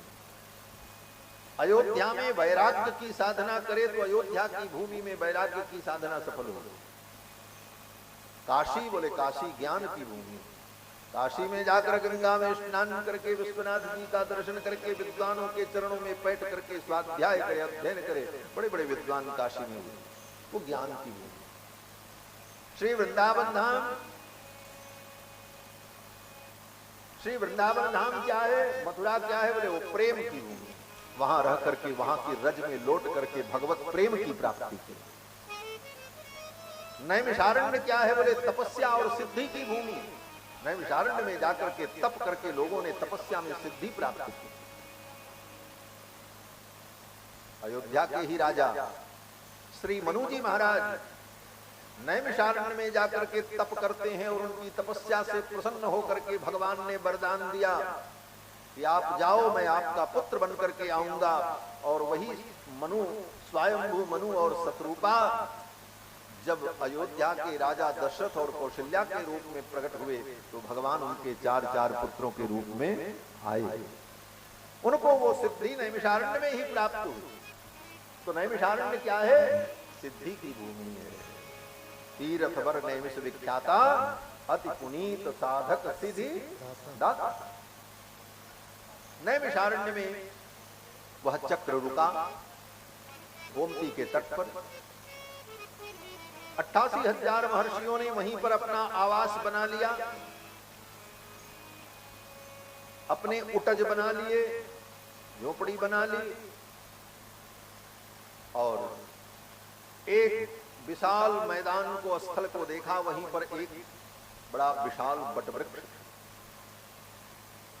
उसी बटवृक्ष के नीचे एक प्रशस्त वेदिका बनाई। उन महर्षियों ने ब्रह्मा जी से यह भी पूछा था कि जगह तो आप बता देंगे कि वहां हम कथा सुने, वहां सत्संग करें, लेकिन कथा सुनाने वाला कौन मिलेगा? किससे हम कथा सुने? ब्रह्मा जी ने कहा अनेक महर्षि महात्मा हैं, किसी से सुन लो। तो 88,000 महर्षियों ने कहा हमें ऐसी कथा सुननी है, 1-2 दिन थोड़ी सुननी है कि 7 दिन की कथा सुना करके व्यक्ति चला जाए, 10 दिन सुना करके चला जाए, 20 दिन सुना करके चला जाए। हम तो हजारों वर्ष तक सत्संग करना चाहते हैं। तो ऐसे महापुरुष की तलाश है जो कथा, नई नई कथाएं, नए नए अर्थ, नए नए व्याख्यान सुनाता रहे और कथा में रस का संवर्धन होता है। ऐसे वक्ता कौन हो? अब ऐसे वक्ता तो दिव्यात्मा ही हो सकते हैं, साधारण आदमी नहीं। साधारण वक्ता जो है वो तो पढ़ करके, लिख करके, याद करके, रट करके एक निश्चित दायरे में बताएगा। और कितना बताएगा? बोले कितनी भी कथा सुनावे तो 10 दिन, 15 दिन, 1 महीने, 2 महीने बाद उसकी सब कथा समाप्त हो जाएगी, फिर उसी कथा को रिपीट करेगा। कहां से नई कथा ला? नई नई कथाएं, दिव्य दिव्य अर्थ तो उसी के हृदय में प्रकट होते हैं जिसके ऊपर भगवान की कृपा होती है। भगवत कृपा पात्र पुरुष जो होगा उसके अंदर नवीन नवीन अर्थ, नए नए भाव प्रकट होंगे और उसकी कथा में उत्तरोत्तर दिव्यता और नवीनता और रस की विशिष्टता अनुभव होगी। महाराज महर्षियों ने कहा कोई वक्ता, ब्रह्मा जी ने कहा जाओ जाकर के एक वेदी बनाकर, व्यासपीठ बना करके, आसन बिछा करके, पुष्प चढ़ा करके ध्यान करना, प्रार्थना करना, कोई न कोई वक्ता प्राप्त हो जाए। आज की जैसी व्यवस्था होती तो लोग गूगल में सर्च करते कि विश्व का सबसे बड़ा वक्ता विद्वान कौन है भाई, सबसे अच्छा ढूंढो, गूगल बताओ। अब आजकल तो गूगल से बड़ा कोई गुरु ही नहीं रहेगा मेरा, सब गूगल ही से लोग पता लगा लेते। लेकिन ये नहीं जानते कि गूगल जो बताता है उसको बताने वाले हमारे आप जैसे आदमियों ने बताया है उसको, गूगल को सब लिखा है उसमें, तो उसमें गलत भी हो सकता, कोई जरूरी नहीं गूगल जो बतावे सब सही है। क्योंकि गूगल कोई आदमी थोड़ी, कोई सर्वज्ञ थोड़ी है, वो तो एक यंत्र है, एक विधा है, एक पद्धति है, उसमें भी ज्ञान डालने वाले हमारे आप जैसे आदमी लोग, और फिर समय आने पर कोई पूछे तो बता देती मशीन। तो कहने का तात्पर्य कि ब्रह्मा जी ने जब कहा तो महर्षि लोग आए और 88,000 महर्षियों ने नैमिषारण्य के तट पर एक प्रशस्त वेदी बनाई और उस वेदी पर कुश का आस्तरण बिछाया, मृगचर्म बिछाया, पुष्पांजलि अर्पित की और ध्यान करने लगे कोई महापुरुष हमें प्राप्त हो। तब तक अकस्मात यदृक्षया, यदृक्षया माने अकस्मात, यदृक्षया सुखदेव सूत जी का आगमन हो गया। सूत जी महाराज वहां आए। अब यदृक्षया का अर्थ, यदृक्षा का अर्थ होता है अकस्मात, अपने आप, लेकिन यदृक्षा का एक अर्थ यह होता है यत् माने परमात्मा और तत्से इच्छा, उस परमात्मा की इच्छा, उसको कहते हैं यदृक्षा, माने भगवान की इच्छा से, भगवान के संकल्प से ही सूत जी महाराज वहां आ गए। सूत जी आए, सूत जी को मुनियों ने प्रणाम किया, साष्टांग प्रणाम किया और व्यासपीठ पर उन्हें आदर पूर्वक विराजमान किया, पुष्पांजलि अर्पित की, पूजन किया, अभिनंदन किया और निवेदन किया, हे भगवान, आप पुराणों के विद्वान हैं, आप कृपा करके हमें भगवान की मंगलमयी कथा सुनाओ। नैमिषे सूतमासीनम अभिवाद्य महामतिम कथामृत रसास्वाद कुशल सौनको ब्रवीत। उन 88,000 मुनियों में जो शौनक जी थे, जो उनके नेता थे, कुलपति थे, उन शौनक जी ने सूत जी से प्रश्न किया, नैमिषे सूतमासीनम, नैमिषारण्य में सूत जी विराजमान हैं, पहले उनका अभिवादन किया, अभिवाद्य महामतिम, अभिवाद्य महामतिम। ये महामतिम विशेषण सूत जी के लिए। महामतिम का मतलब जिसकी मति महान हो, उसको कहते महामति। महामतिम, महाबुद्धिमान, महाविद्वान, जो भी कह लो, लेकिन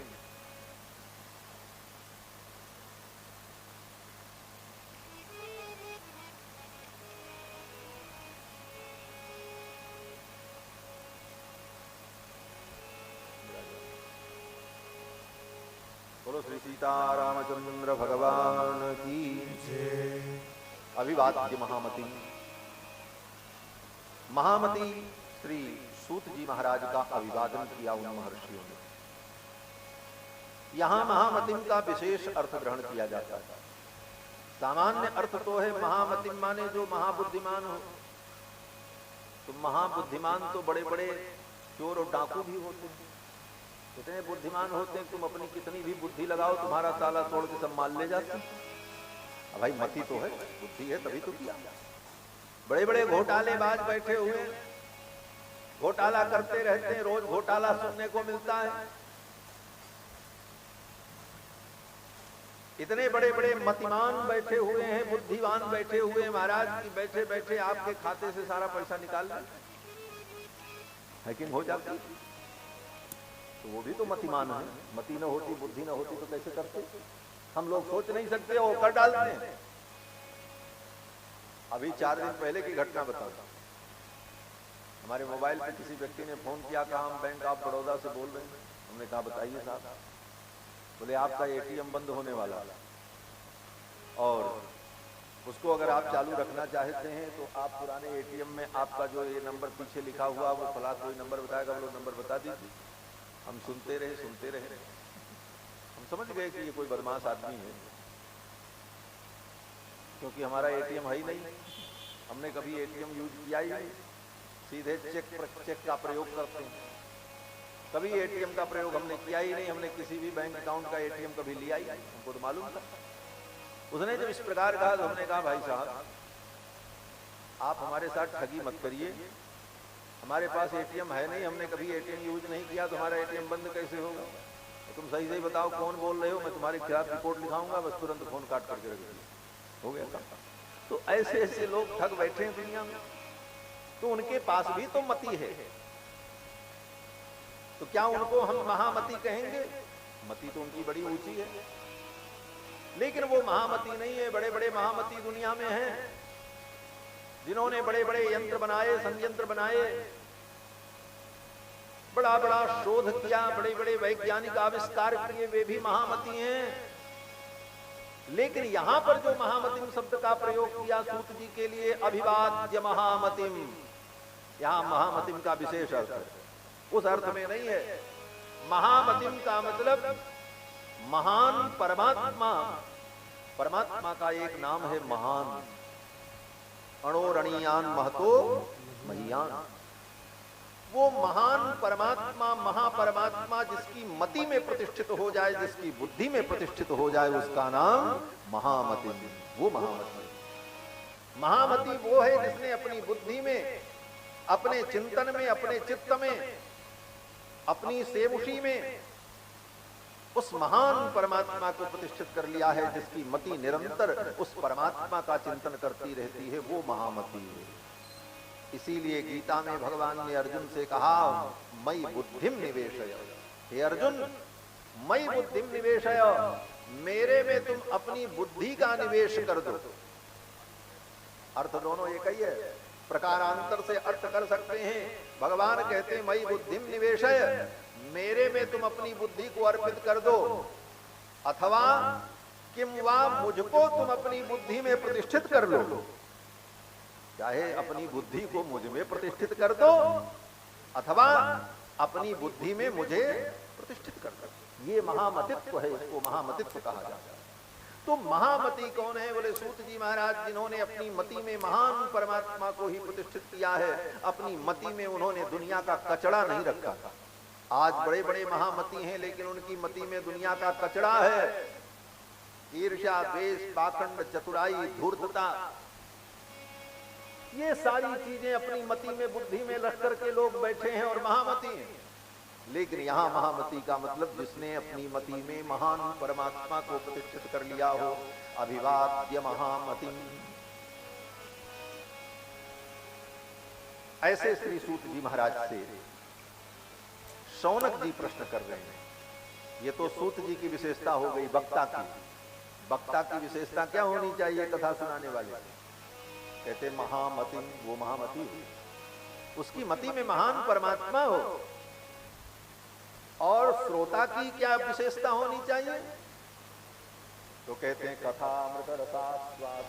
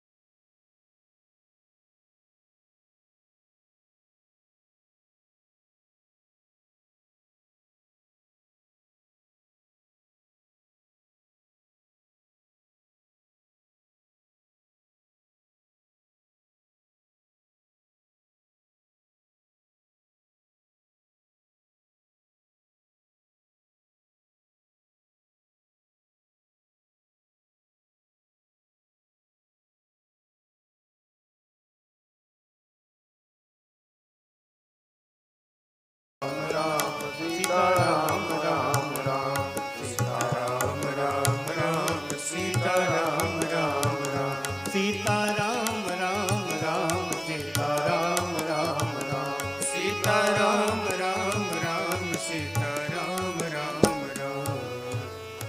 श्री सीता रामचंद्र भगवान की जय जय। जय श्री राधेश्याम। वक्ता की विशेषता बताई। वक्ता कैसा हो? महामति, जिसकी मति में महान परमात्मा प्रतिष्ठित हो। और श्रोता कैसा हो? कहते हैं कथा अमृत रसास्वाद कुशलः। ये श्रोता की विशेषता है। कथा अमृत रसास्वाद कुशलः, जो इस कथा अमृत का आस्वादन करने में कुशल हो। ये श्रोता की विशेषता है। कथा सुनना भी एक कला है। कथा सुनना भी एक गुण है।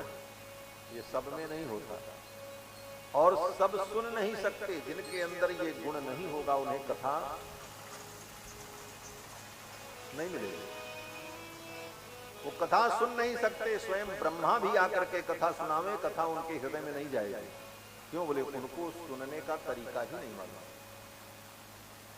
कथा सुनना भी एक योग्यता है। वो योग्यता अगर जीवन में नहीं है तो आप कथा नहीं सुन सकते। बहुत बड़े विद्वान हो, बहुत बड़े पैसे वाले हो, बहुत सुंदर हो, बहुत अच्छे हों आप, लेकिन आपके अंदर कथा सुनने की वो कला, वो योग्यता नहीं है तो आप नहीं सुन सकते।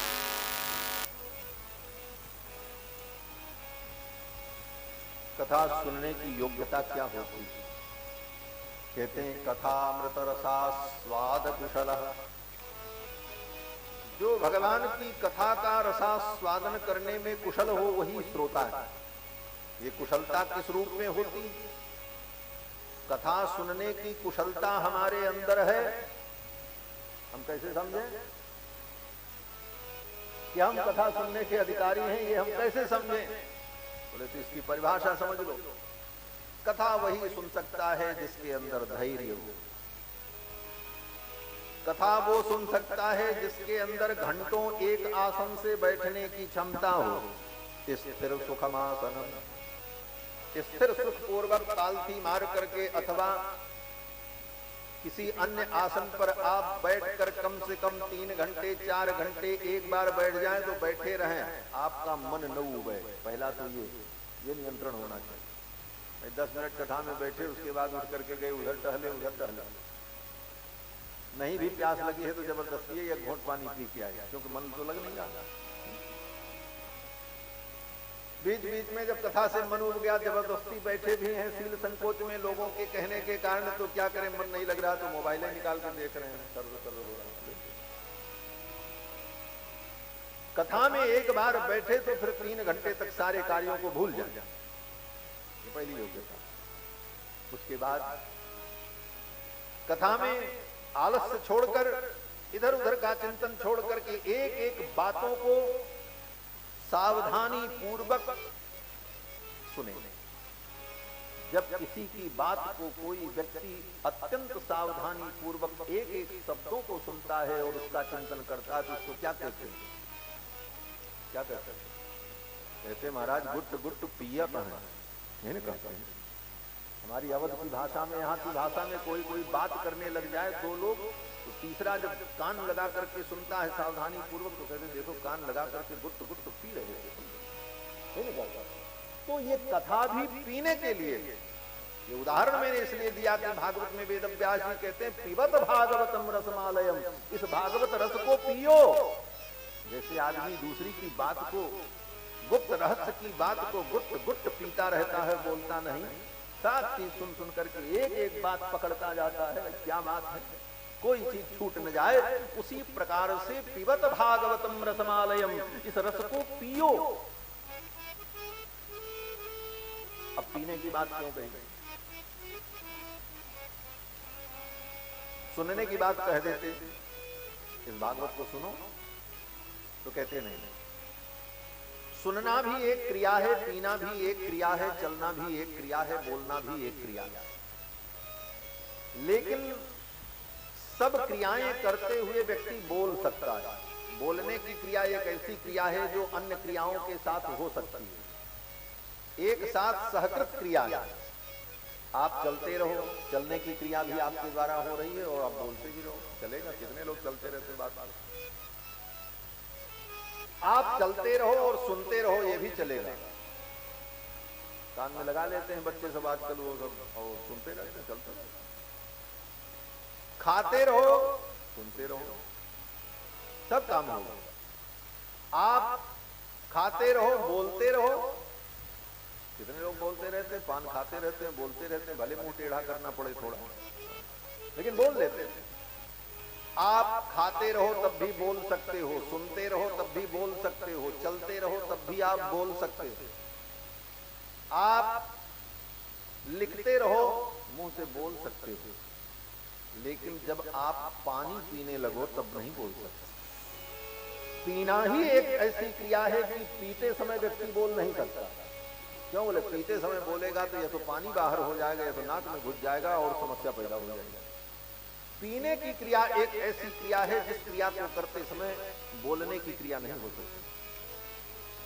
बाकी समस्त क्रियाओं के साथ बोलने की क्रिया चलती रहेगी, आप सुनते रहो, बोलते भी रहो, लेकिन जब पीने की क्रिया होगी तो आप बोल नहीं सकते। इसीलिए कहा कि इस भागवत को पियो। पीने का मतलब एकदम शांत होकर के, बोलना बंद करके यहां तक कि तुम्हारा मन भी मन से न बोले। हाँ, लोग मन में भी बोलते हैं ना। कभी कभी आप अकेले बैठे रहो, कोई नहीं होता, फिर भी आप बात करते हो। किससे करते हो? बोले स्वयं प्रश्न करते हो, स्वयं उत्तर देते हो। बोले वो प्रश्न उत्तर भी बंद हो जाए, वहां भी बोलना बंद हो। और तब केवल गट गट पीते रहो इसको, पिबत भागवतम रसम, ये भी। और उसके बाद पीते समय, इस कथा को पीते समय जो जो रस इसमें आवे, रस केवल भोजन में ही नहीं होता, साहित्य में भी रस होता है।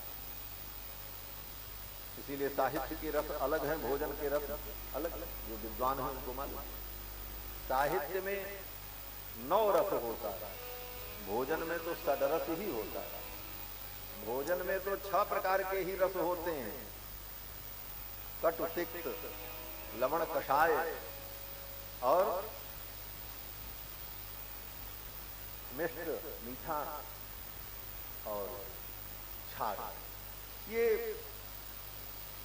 षड्रस ही होता है। भोजन में तो 6 प्रकार के ही रस होते हैं। कोई वस्तु या तो खट्टी होगी, या तो मीठी होगी, या तो तीखी होगी, या तो कड़वी होगी, या तो कषाय होगी, या नमकीन होगी। इस 6 रस के अलावा 7वां रस नहीं होता। तो खाद्य पदार्थ में 6 रस हैं, लेकिन साहित्य में, शास्त्र में 9 रस हैं, इससे ज्यादा। श्रृंगार, हास्य, करुण, भयानक इत्यादि, शांत। तो कथा में भी, कथा श्रवण करते समय जिस रस का प्रसंग आवे, उस रस का आस्वादन करना पीते समय। पिबत भागवतम रसमाला। वो आस्वादन कैसे हो? जो रस जैसा पीते हैं उस रस का प्रभाव हमारे ऊपर पड़ता है। जैसे भोजन का कोई रस हो, बढ़िया मिठाई मिल जाए खाने को तो चेहरा खिल जाता है। और महाराज बढ़िया चाट बन जाए और चाट में झोंक करके मिर्चा डाल दिया जाए खाने के बाद, बोले तब देखिए चेहरा क्या बनता है। वो विकृति दिखाई पड़ेगी, चेहरे पर वो विकार परिलक्षित होगा उस रस का। उसी प्रकार भगवान की कथा सुनते समय जो जो रस आवे, उस रस की अनुभूति करके उसके मुखमंडल पर वो विकार हो। इसी विकार की चर्चा गोस्वामी जी ने उस चौपाई में की। हरि गुण गावत पुलक शरीरा, गदगद गिरा नयन बह। भगवान के चरित्र का श्रवण करते समय, इस चरित्र को पीते समय, वर्णन करते समय ऐसी कोई बात आ जाए जो कहने में हृदय स्वीकार न करे कठोरता के कारण, उस समय वाणी गदगद हो जाए, कंठ अवरुद्ध हो जाए, बाग गदगदात, वाणी गदगद हो जाए। द्रवते यस्य चित्तम, चित्त द्रवीभूत हो जाए। कोई दुखद प्रसंग आ जाए, करुण प्रसंग आ जाए भगवान की कथा में, उस समय आंखों में आंसू आ जाए, हमारे नेत्र सजल हो जाएं। कोई आनंदमय प्रसंग आ जाए, श्रृंगार और रस प्रधान प्रसंग आ जाए, भगवान की दिव्य लीला का वर्णन हो, उस आनंद में झूम करके, उठ करके नाचने लग जाए, अंग थिरकने लग जाए। ये रसानुभूति कहते हैं। बाग गदगदा द्रवते यस्य चित्तम रुदत भीक्षण भक्ति बिलज्ज उद्गायत नृत्यते च। वेद व्यास जी लिख रहे हैं भागवत का वाक्य। बिलज्ज उद्गायत नृत्यते च, जो लज्जा को छोड़ करके उद्गायन करने लग जाए, नृत्यते च, नाचने लग जाए। इसका मतलब ये मत समझना कि मैं आपको नाचने की प्रेरणा दे रहा हूं कि आप कथा में नाचें। हम नाचने के खिलाफ हैं, लेकिन नाचने को रोकते भी नहीं। लेकिन किस नाचने के खिलाफ हैं और किस नाचने को हम रोकते नहीं, ये भी समझना चाहिए। जो लोग दुनिया को दिखाने के लिए नाचते हैं, बहुत से लोग कथा में ऐसे ही आते हैं। हमारे लोगों को तो रोजे का अनुभव है, 20 साल हो गए यही करते। कितने लोग ऐसे हैं जिनके अंदर वो भक्ति भाव नहीं, उनको विषय नहीं समझ में आ रहा है, लेकिन ज्यों ही तबला हारमोनियम बजा और कोई गीत संगीत शुरू हुआ तो उसके नाचने लगे। क्यों? बोले हम कैमरा में दिखे, लोग हमको देखे, इसलिए नहीं नाचना चाहिए। हमने लखनऊ में एक कथा की, आज से करीब 4 वर्ष पहले की बात। उस कथा में मुझे हंसी आई। राम कथा थी, और राम कथा में जब दशरथ जी के मरण का प्रसंग आया, हा रघुनंदन प्राण प्रीते तुम बिन जियत बहुत दिन बीते, तो एक सज्जन उठ करके नाचने लगे। हमने कहा इस मूर्ख को देखो, दशरथ जी प्राण का त्याग कर रहे हैं और इस प्रसंग में व्यक्ति को गंभीर होना चाहिए रस की अनुभूति करने के लिए, और तुम नृत्य कर रहे हो। तो ऐसे नाचने वालों से तो कथा बिगड़ जाती है महाराज। लेकिन जिसके हृदय में भाव हो, प्रेम हो, वो दिख जाता है महाराज, और वो व्यक्ति भाव में झूमने लग जाए। नाचने का मतलब केवल उठ करके नाचना नहीं होता, जहां बैठे रहे वही झूमते रहे, उसका मन नाचे, उसका हृदय नृत्य करे, उसके भाव का नृत्य चलता रहे। नृत्य भी कई प्रकार के होते। तो इस प्रकार से बात गदगदा द्रवते यस्य चित्तम रुदन्त भीक्षणम हसति क्वचित च विलज्ज उद्गायत नृत्यते च मदभक्ति युक्ता भुवनम पुरा। भगवान की इस भक्ति से युक्त जो प्राणी है, जो भगवान की कथा के रस को पी करके उस रस की अनुभूति में इस प्रकार की उसके जीवन में विकृति और इस प्रकार का विकार, इस प्रकार का स्वरूप प्रकट होने लग जाए, तो वो व्यक्ति क्या है? बोले वो सारी पृथ्वी को पवित्र कर देता है। ऐसे भक्त जहां आ जाए वो जमीन पवित्र हो जाती है, सबको पवित्र कर देता है। तो महाराज इस कथा को पीना चाहिए। जब पिएंगे तो पी करके उन रसों का अनुभव होगा, उस रसों के अनुभव में हमारे शरीर में वो स्थिति होगी। इसीलिए वेदव्यास जी कहते हैं पीवत भागवतम रसम, इस रस को पियो। ये पीने की पीवत भागवतम रसम, कब तक पियो? अब ये दूसरा प्रश्न। कहते आलयम पिबत भागवतम रसमालयम, पिबत भागवतम रसम कियत् काल पर्यंतम, बोले आलयम, जब तक मृत्यु न हो जाए तब तक इस रस को पियो। अर्थात ये जीवन तुम्हें जब तक मिला है, जब जब अवसर मिले तब तक इस रस को पियो। ये मत समझ लेना कि आज बैठ के पिए तो पीते रहो जब तक मर न जाए, विचार तो नहीं। पिबत भागवतम रसम आलयम, लेकिन ये अर्थ आपके लिए, तो पहला अर्थ जो बताए वो अर्थ तो परीक्षित के लिए। परीक्षित ने जब पीने का विचार किया और राजा परीक्षित कथा सुनने बैठे तो तब तक पिए जब तक मर नहीं गए। 7वें दिन मर गए महाराज, कथा में मालूम है। तो वह भी अर्थ है, लेकिन पिबत भागवतम रसमालयम, इस रस को आलयम तब तक पीजिए जब तक मृत्यु न हो। ये जीवन जब तक है बार बार पियो। ये नहीं कि एक बार हमने पी लिया तो काम खत्म, ऐसा कुछ नहीं। एक बार सुन लिए भागवत, तब क्या सुने? बोले फिर सुनो। 2 बार सुन लिया, बोले फिर मौका मिले तो सुनो, बार बार सुनो। पिबत भागवतम रसम आलयम मृत्यु पर्यंतम, जब तक जीवन ईश्वर ने दिया इस जीवन का सदुपयोग करो, बार बार भगवान के चरित्र को। कहने आलयम, मृत्यु पर्यंत जीवन भर हम सुनते रहेंगे तो इसका फल क्या मिलेगा? तो कहते देखो, जीवन भर व्यक्ति जो काम करता है और बार बार जो काम करता है उसकी उसे आदत पड़ जाती है, तो अंतिम समय में भी उसको वही चीज याद आती है। इसीलिए कहा है जीवन भर भजन करो, सीताराम सीताराम करो। क्यों? बोले जीवन भर सीताराम सीताराम करोगे तो जब मरने का समय आएगा तो सीता ही राम याद आएंगे, दूसरा कुछ याद नहीं। जन्म जन्म मुनि जतन कराही, अंतराम कही आवत। जन्म जन्म इसीलिए जतन किया जाता है, पूरे जीवन साधना की जाती है। इसीलिए बार बार जप किया जाता है, बार बार ध्यान किया जाता है, बार बार कथा सुनी जाती है। बार बार हम अपने मन को जब भगवान में लगाते रहेंगे, लगाते रहेंगे, लगाते रहेंगे, लगाते रहेंगे, तो एक आदत बन जाएगी, हैबिट हो जाएगी। और जब अंतिम समय आएगा मरने का तो उस समय भी भगवान ही याद आएंगे। और अगर उस समय भगवान याद आ गए, मरते समय ठाकुर जी की याद आ गई, कथा सुनते सुनते, नाम जप करते करते, संतों की वाणी सुनते सुनते ये अभ्यास बना रहा और अंतिम समय में भगवान का स्मरण आ गया, भगवान का नाम मुख में आ गया, भगवान का ध्यान आ गया, तो बोले काम बन जाएगा महाराज। राम का नाम लेकर जो मर जाएंगे, राम का नाम लेकर जो मर जाएंगे, वो अमर नाम दुनिया में कर जाएंगे, वो अमर नाम दुनिया में कर जाएंगे।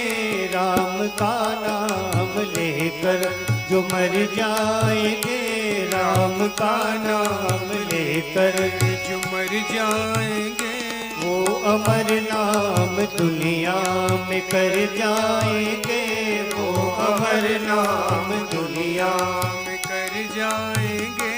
ये न पूछो कि मर कर किधर जाएंगे, ये न पूछो कि मर कर किधर जाएंगे, ये न पूछो कि मर कर किधर जाएंगे, ये न पूछो कि मर कर किधर जाएंगे।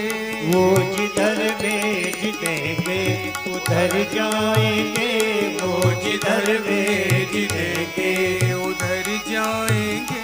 राम का नाम लेकर जो मर जाएंगे, राम का नाम लेकर जो मर जाएंगे वो अमर नाम दुनिया में कर जाएंगे, वो अमर नाम दुनिया में कर जाएंगे।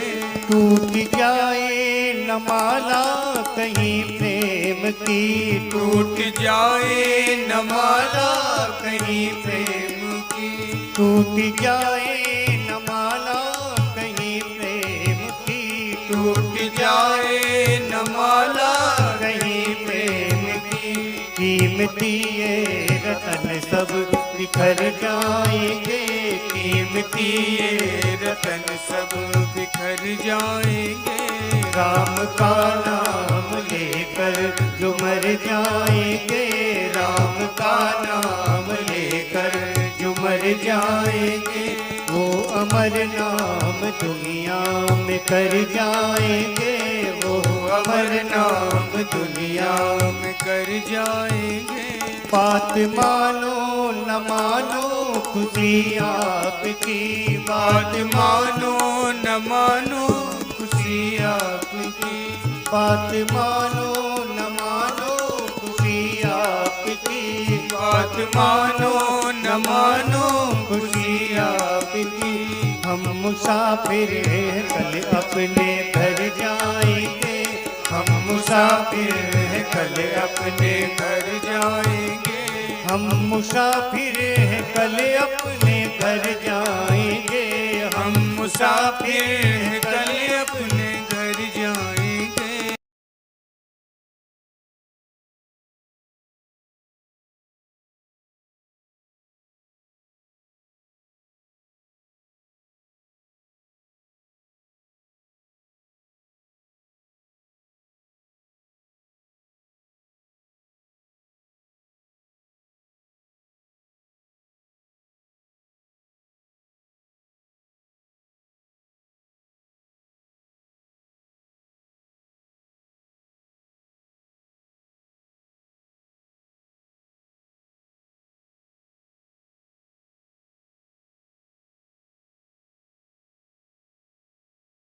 अंतिम क्षण में भी परमात्मा का ही स्मरण होगा तो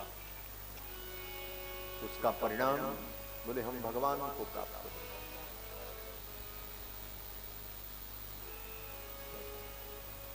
कथा न बिगाड़ो भैया, बैठ जाओ।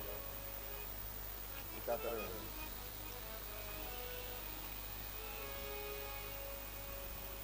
बोलेंगे तो चलते रहेंगे। बोलो श्री सीतारामचंद्र भगवान की जय। तो इस प्रकार अंतिम क्षण में भी भगवान का जो स्मरण होगा तो यही कल्याण का स्वरूप हो, यही हमारे जीवन का अंतिम लक्ष्य होना चाहिए। और अगर अंतिम समय में भी भगवान की स्मृति हो गई तो हम भगवान को प्राप्त हो जाएंगे। फिर कहां जाएंगे बोले इसकी चिंता नहीं।